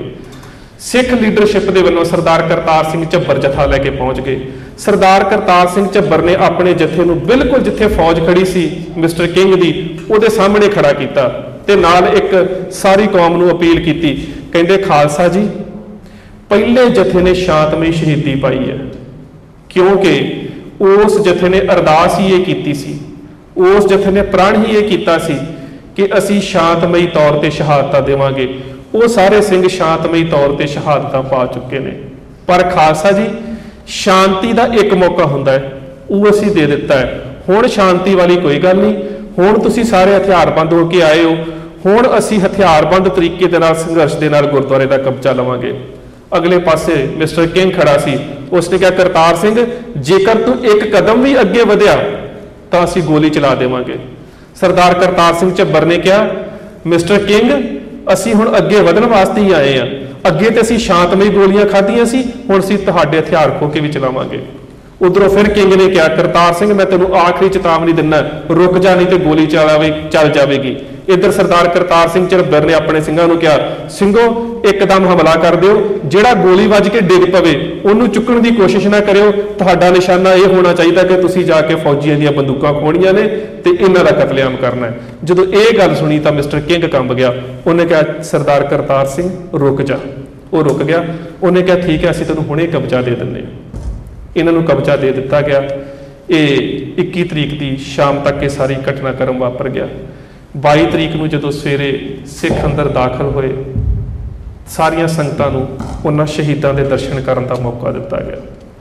ਸਾਰੇ ਪਰਿਵਾਰ ਵੀ ਉਦੋਂ ਤੱਕ ਪਹੁੰਚ ਚੁੱਕੇ ਸੀ, ਕਿਉਂਕਿ ਉਸ ਵੇਲੇ ਫੈਸਲਾ ਕਰ ਲਿਆ ਗਿਆ ਕਿ 23 ਤਰੀਕ ਨੂੰ ਇਹਨਾਂ ਸਿੰਘਾਂ ਦਾ, ਜਿਹੜੀ ਅੱਜ ਤਰੀਕ ਹੈ, ਮੇਰੇ ਖਿਆਲ 23 ਤਰੀਕ ਹੀ ਹੈ, ਕਿ ਅੱਜ ਦੇ ਦਿਨ ਇਹਨਾਂ ਸਿੰਘਾਂ ਦਾ ਸੰਸਕਾਰ ਕੀਤਾ ਜਾਵੇਗਾ।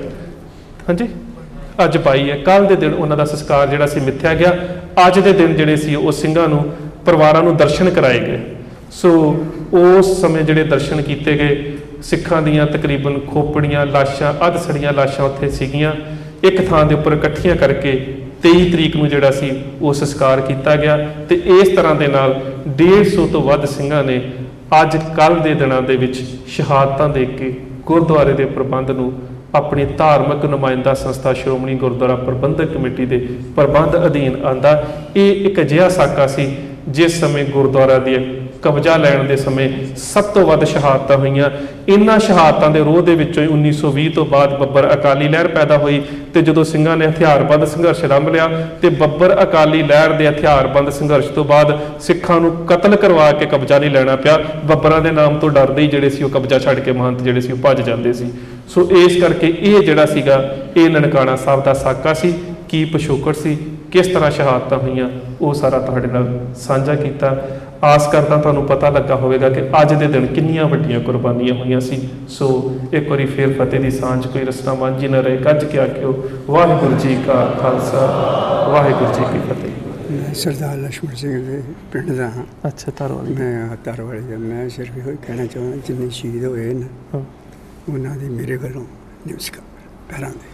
ਜੀ ਬੜੀ ਖੁਸ਼ੀ ਹੋਈ ਨੇ। ਇਹ ਸਰਦਾਰ ਲਛਮਣ ਸਿੰਘ ਉਹਨਾਂ ਦੇ ਪਿੰਡ ਪਰਿਵਾਰ ਦੇ ਵਿੱਚੋਂ ਨੇ ਸਰਦਾਰ ਲਛਮਣ ਸਿੰਘ ਧਾਰੋਵਾਲੀ, ਜਿਹੜੇ ਉਸ ਸਮੇਂ ਸਾਕਾ ਨਨਕਾਣਾ ਸਾਹਿਬ ਦੇ ਸਿੱਖ ਆਗੂ ਤੇ ਸਿੱਖ ਸ਼ਹੀਦ ਮੰਨੇ ਜਾਂਦੇ ਨੇ।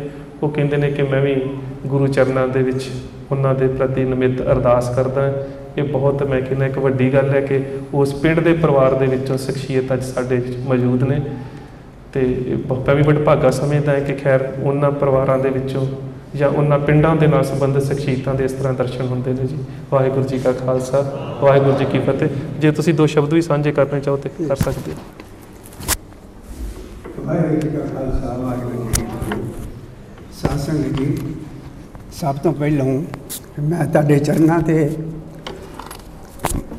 ਅਰਦਾਸ ਮੱਥਾ ਟੇਕਦਾ ਹਾਂ ਕਿ ਤੁਸੀਂ ਸਾਰੇ ਵੀਰ ਜਿਨ੍ਹਾਂ ਨੇ ਇੰਨਾ ਪਰਉਪਕਾਰ ਕਰਕੇ ਇਹ ਪ੍ਰੋਗਰਾਮ ਬਣਾਇਆ ਹੈ, ਅਖੰਡ ਪਾਠ ਚਲਾਇਆ ਹੈ, ਲੰਗਰ ਦੀ ਸੇਵਾ ਕੀਤੀ ਹੈ, ਸਭ ਕੁਛ। ਅਤੇ ਸਰਦਾਰ ਜੀ ਉਹਨਾਂ ਦਾ ਬਹੁਤ ਧੰਨਵਾਦ ਹੈ ਜਿਨ੍ਹਾਂ ਨੇ ਗੁਰਦੁਆਰਿਆਂ ਦੀ ਬਾਬਤ ਆਜ਼ਾਦ ਕਰਾਉਣ ਵਾਸਤੇ ਦੱਸਿਆ।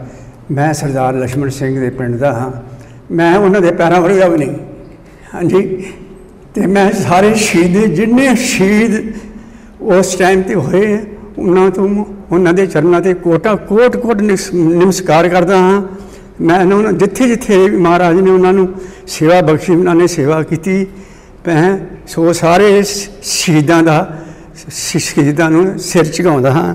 ਮੇਰੇ ਵੱਲੋਂ ਇਹੋ ਸਾਰੀ ਸੰਗਤ ਨੂੰ ਬਹੁਤ ਬਹੁਤ ਬਹੁਤ ਬਹੁਤ ਆਪ ਜੀ ਦਾ ਧੰਨਵਾਦ ਹੈ ਅਤੇ ਗਿਆਨੀ ਜੀ ਦਾ ਧੰਨਵਾਦ ਹੈ ਜਿਨ੍ਹਾਂ ਨੇ ਸਾਰੇ ਗੁਰਦੁਆਰੇ ਜਾਣ ਆਜ਼ਾਦ ਕਰਾਉਣ ਵਾਸਤੇ ਸਰਦਾਰ ਲਛਮਣ ਸਿੰਘ ਅਤੇ ਹੋਰ ਸਿੰਘਾਂ ਦੀ ਕੁਰਬਾਨੀ ਆਪ ਨੂੰ ਸੁਣਾਈ ਹੈ।